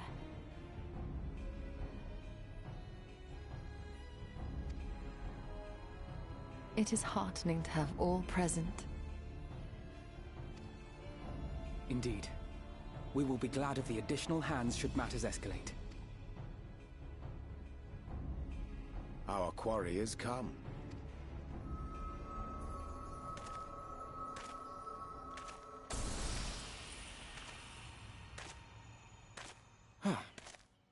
It seems I've lost this particular race. Ardbert's Although I axe suppose was it's only bloody. fair. When we first met, it was I who outpaced you. Ravana, was it?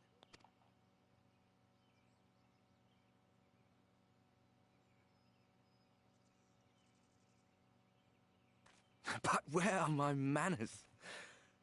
I wouldn't be here were it not for you, and I have yet to say a word of thanks.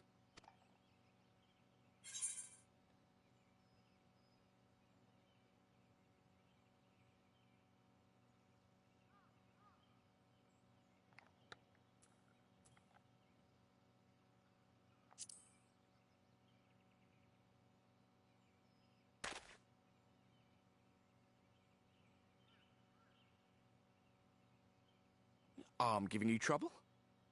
You should have it examined.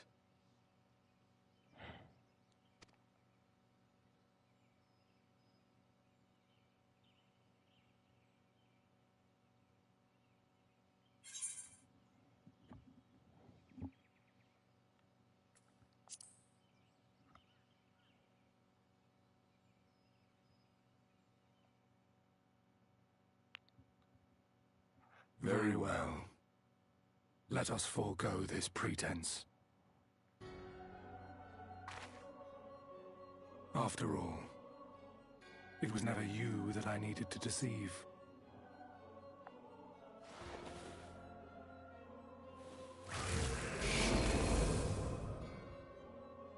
Yes, it is I, Elizabeth.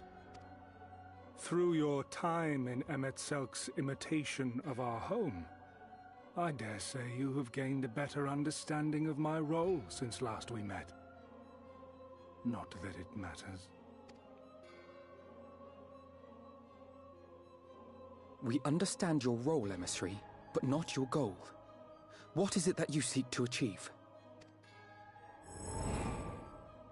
I seek to enact the will of the Convocation, of course. If it helps you to think of me as but another Ascian, no different in nature or purpose from the rest, you are welcome to do so. Once, I would have said your goal was destruction alone. Now I understand that you fight for something you love, just as we do. Yet though we seem doomed to clash, I bid you consider Emmett Selk's final words. Remember that we once lived, he said. Had he not seen some glimmer of hope in our kind, I do not believe he would have spoken thus.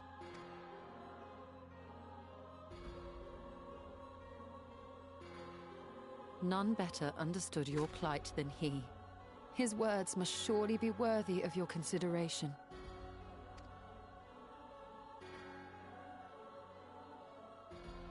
Emmett Selk. How very unlike you to err so gravely.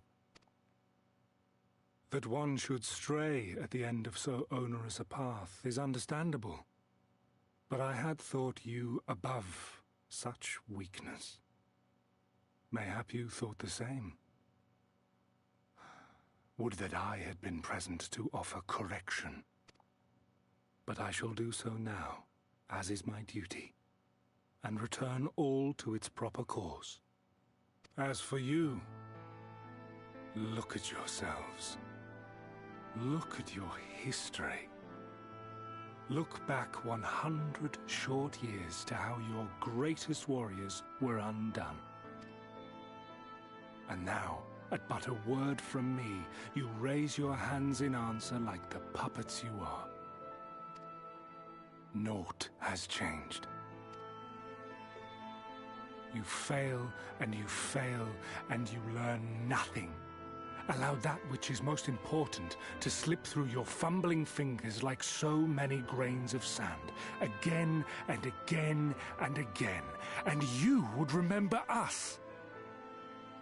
You do forget yourselves.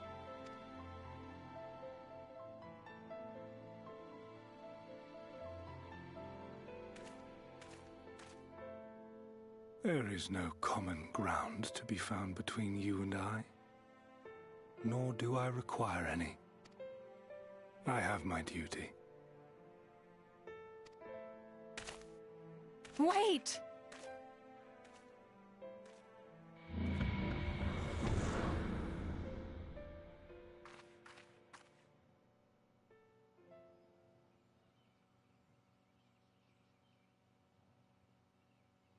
Well, we have confirmed the identity of our foe at least. And 'tis safe to say his objective is the rejoining. But we still have no idea how playing the part of a warrior of light will further his cause, nor why he would spur others to do the same.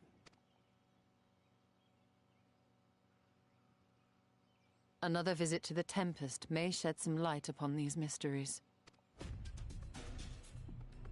Whether we are to exchange words or blows with Elidibus at our next meeting, the fact remains, we know too little. Ere our paths cross again, I would learn more of the world that once was, and of Elidibus himself. In this, we would be best served going directly to his home, much as Emmett Selk came to ours. Though I see the wisdom in thy suggestion, the Amarot we visited is but a phantom born of Emmett Selk's memory. I fear it will teach...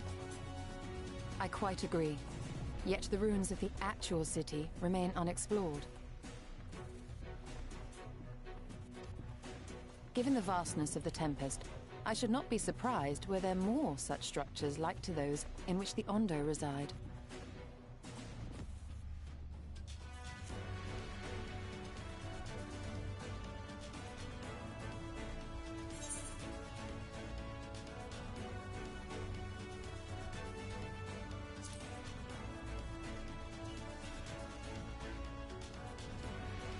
A man after my own heart. No, that would be Runar. No, Histala. I am curious about something else. Something a little bit more personal. Assuming we are all in agreement, then I suggest we first pay a visit to the Ondo. If anyone can tell us where more ruins are to be found, it is them.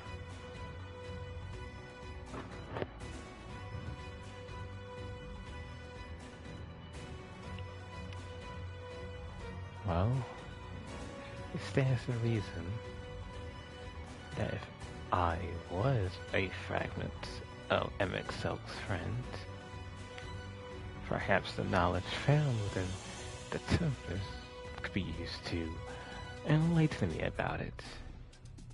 And I would know more about who I was previously. Then just maybe I could reach an accord with Elizabeth.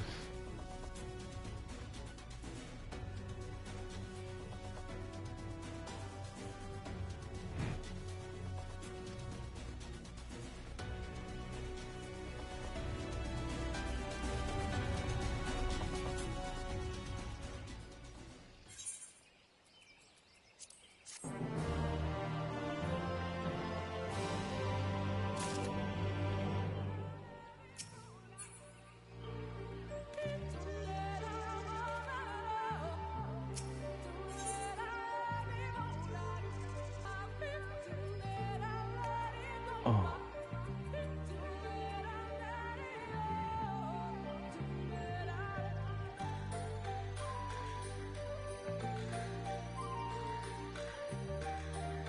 Well, it wasn't.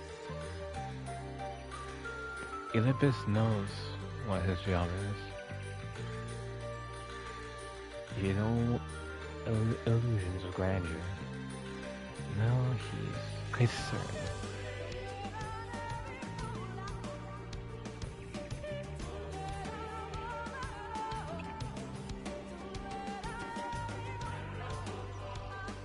Again, given the fact that Elizabeth hasn't shown any inclination of knowing who we are, we can only assume that he just vaguely sees us as a bit more powerful soul. And not the same friend that Emet-Selch saw in us.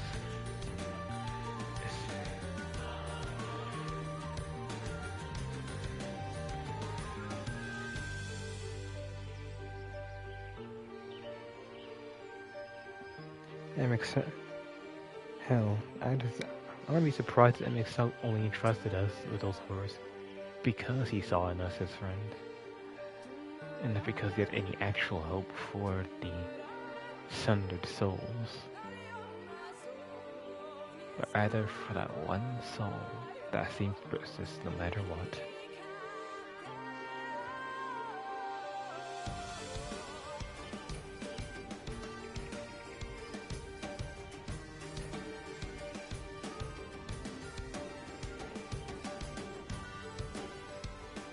It is without, to be completely honest, Emet-Selch, we didn't need to take G'raha. At least not G'raha alone. He could have just as easily taken us to the Tempest, let us lay at the bottom of the ocean, unretrievable by any of our allies, and become a Light Warden. The strongest the First would ever have seen. But instead, I don't think he wanted us to win Vel. I think he hesitated. He had his own conviction.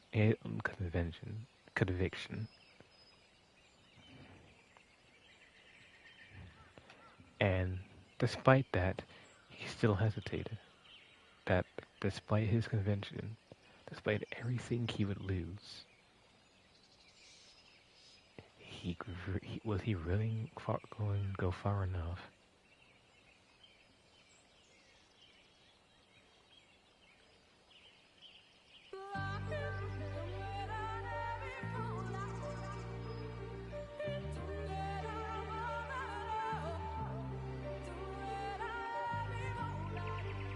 Like I said, I don't believe he wanted us to win. But rather he hesitated and allowed us a test. One last test to see if he could really handle.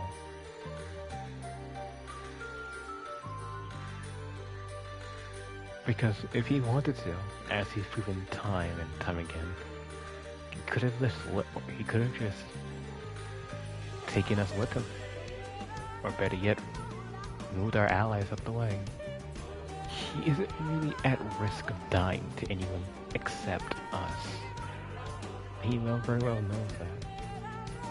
He could toss everybody away like flies, as he so thoroughly did with Thancred, and as he did with G'raha. But instead, he left us to live.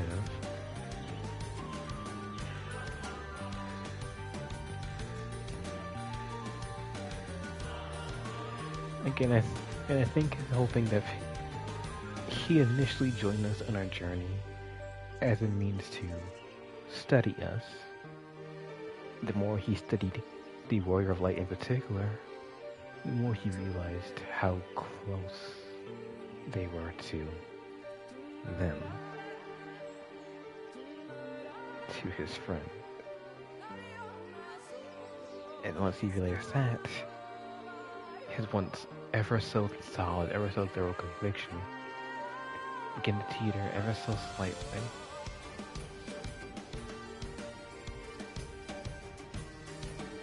Oh, he did. He tried very hard to, especially for us, to impact the idea that the rejoinings are something that have to happen, that it's the right thing to do.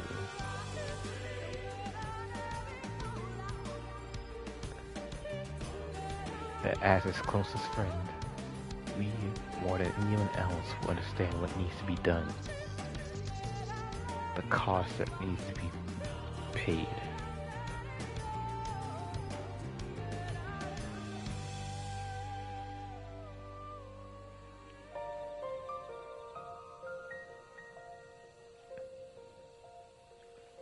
And in the end,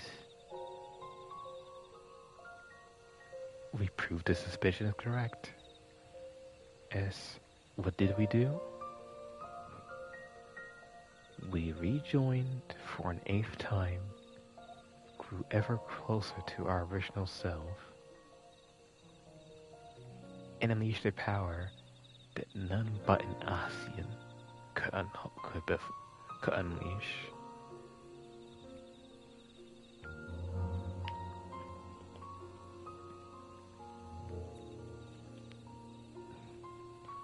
Which is why, at that last moment, he accepted his loss.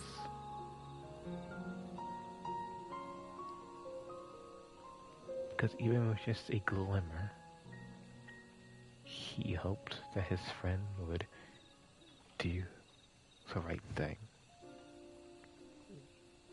Even if he could not see what that right thing is anymore.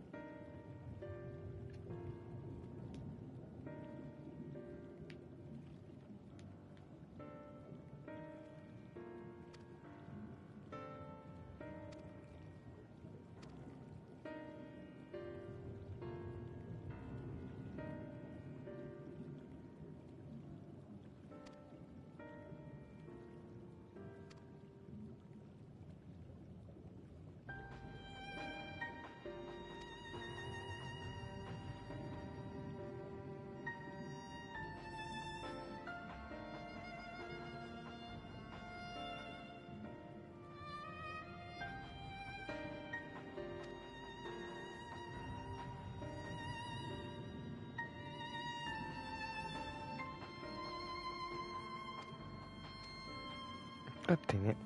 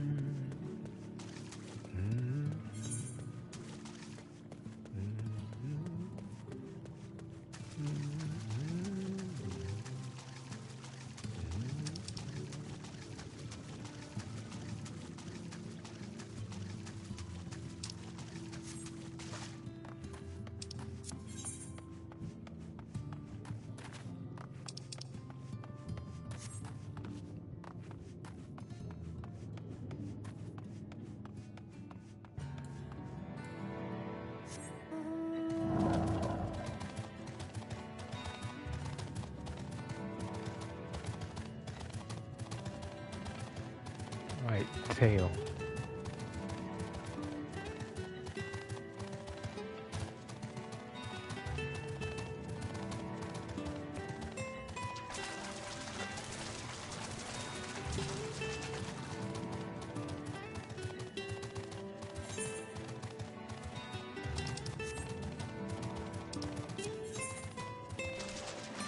Do I need mount to get there?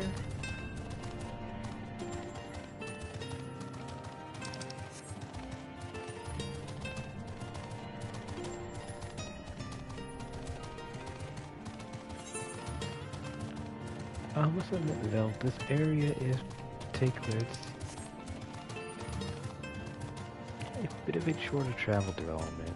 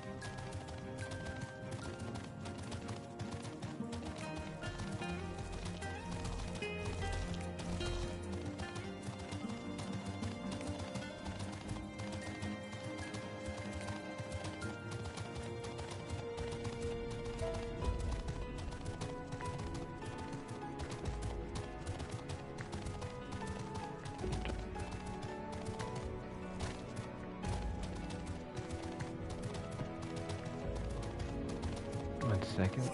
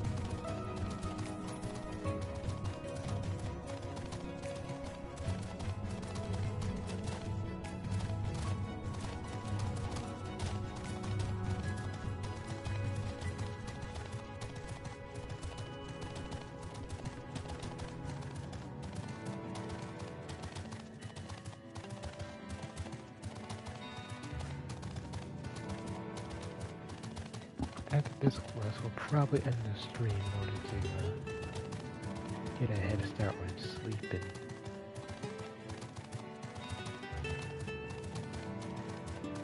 Since it'll probably be 12 once I'm done with this series of stuff. And then we'll see when we get there.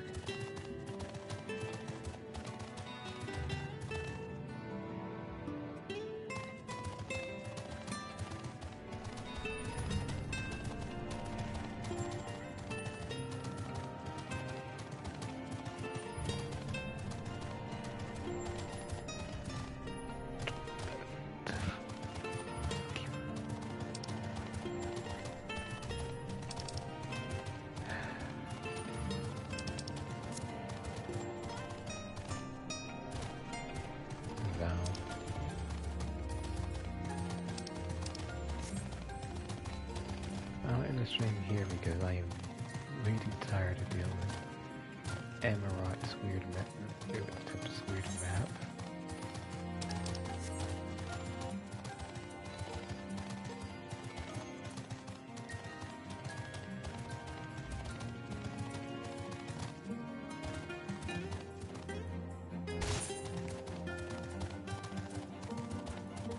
There's only so much. Hey, actually, you can't cross over here because it's just a tiny bit too far that I can take in one day.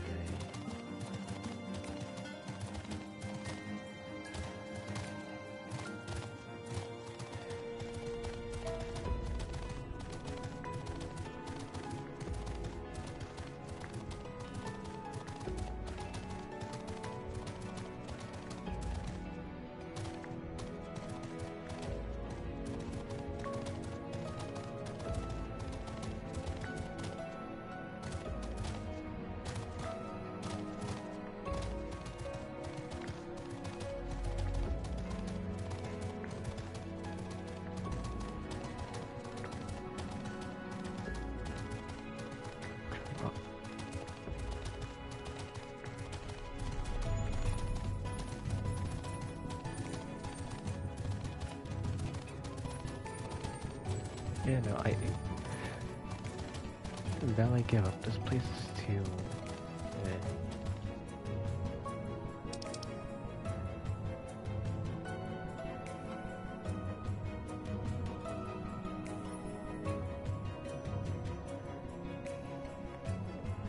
Where are you at, Aether Quest? Did I do them all?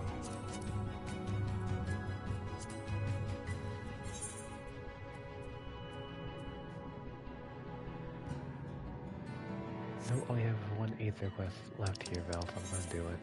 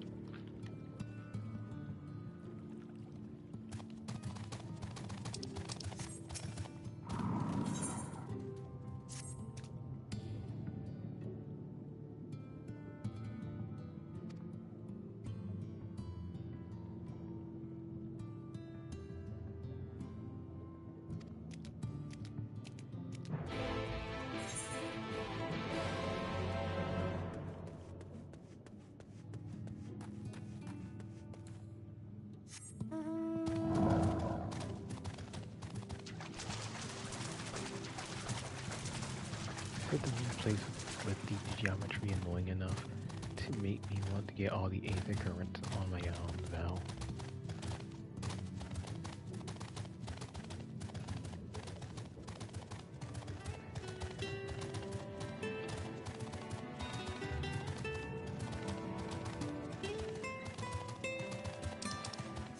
Everywhere else I'm just fine walking around because I like doing the sightseeing and things like this.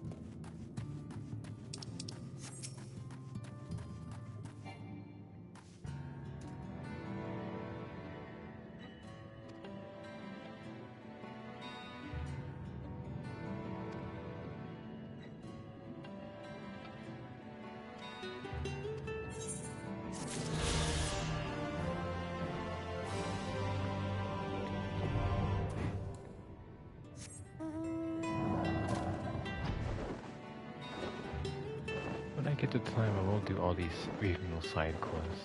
When I get the time.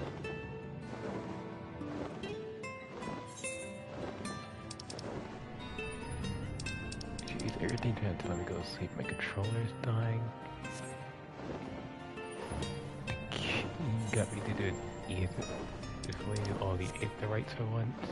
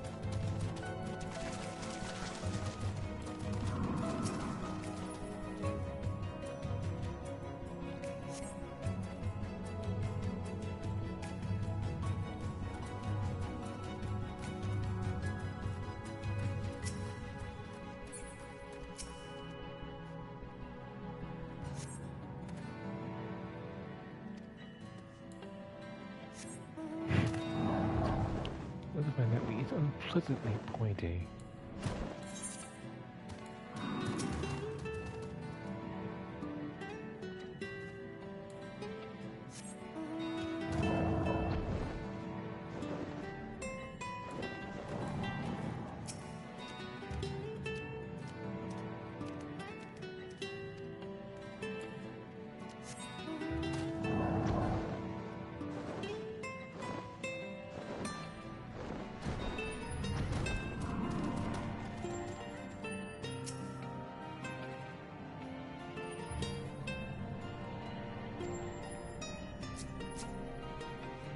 As a creature.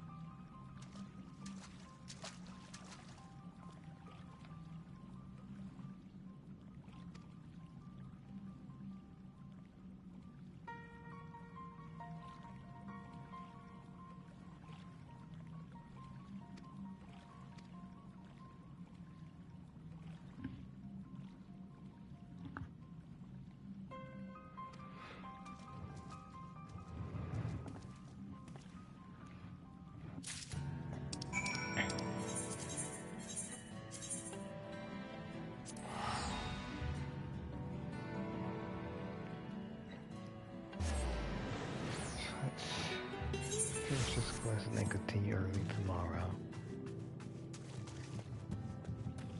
Well, after we do the raids.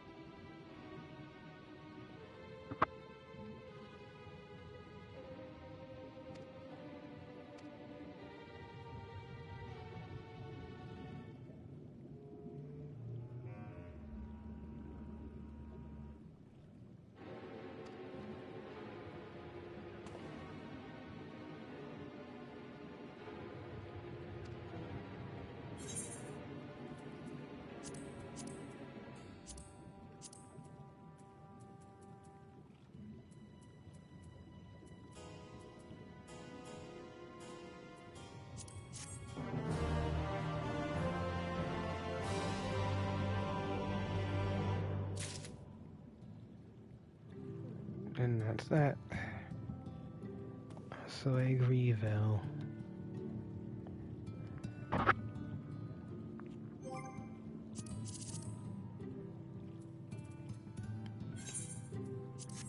For now.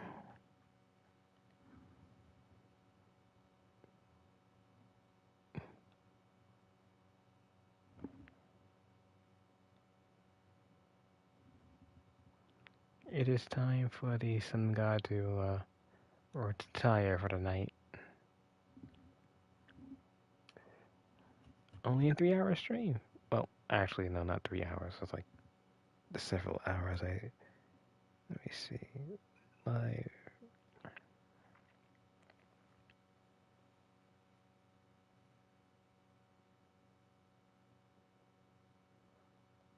Okay, so if I go to...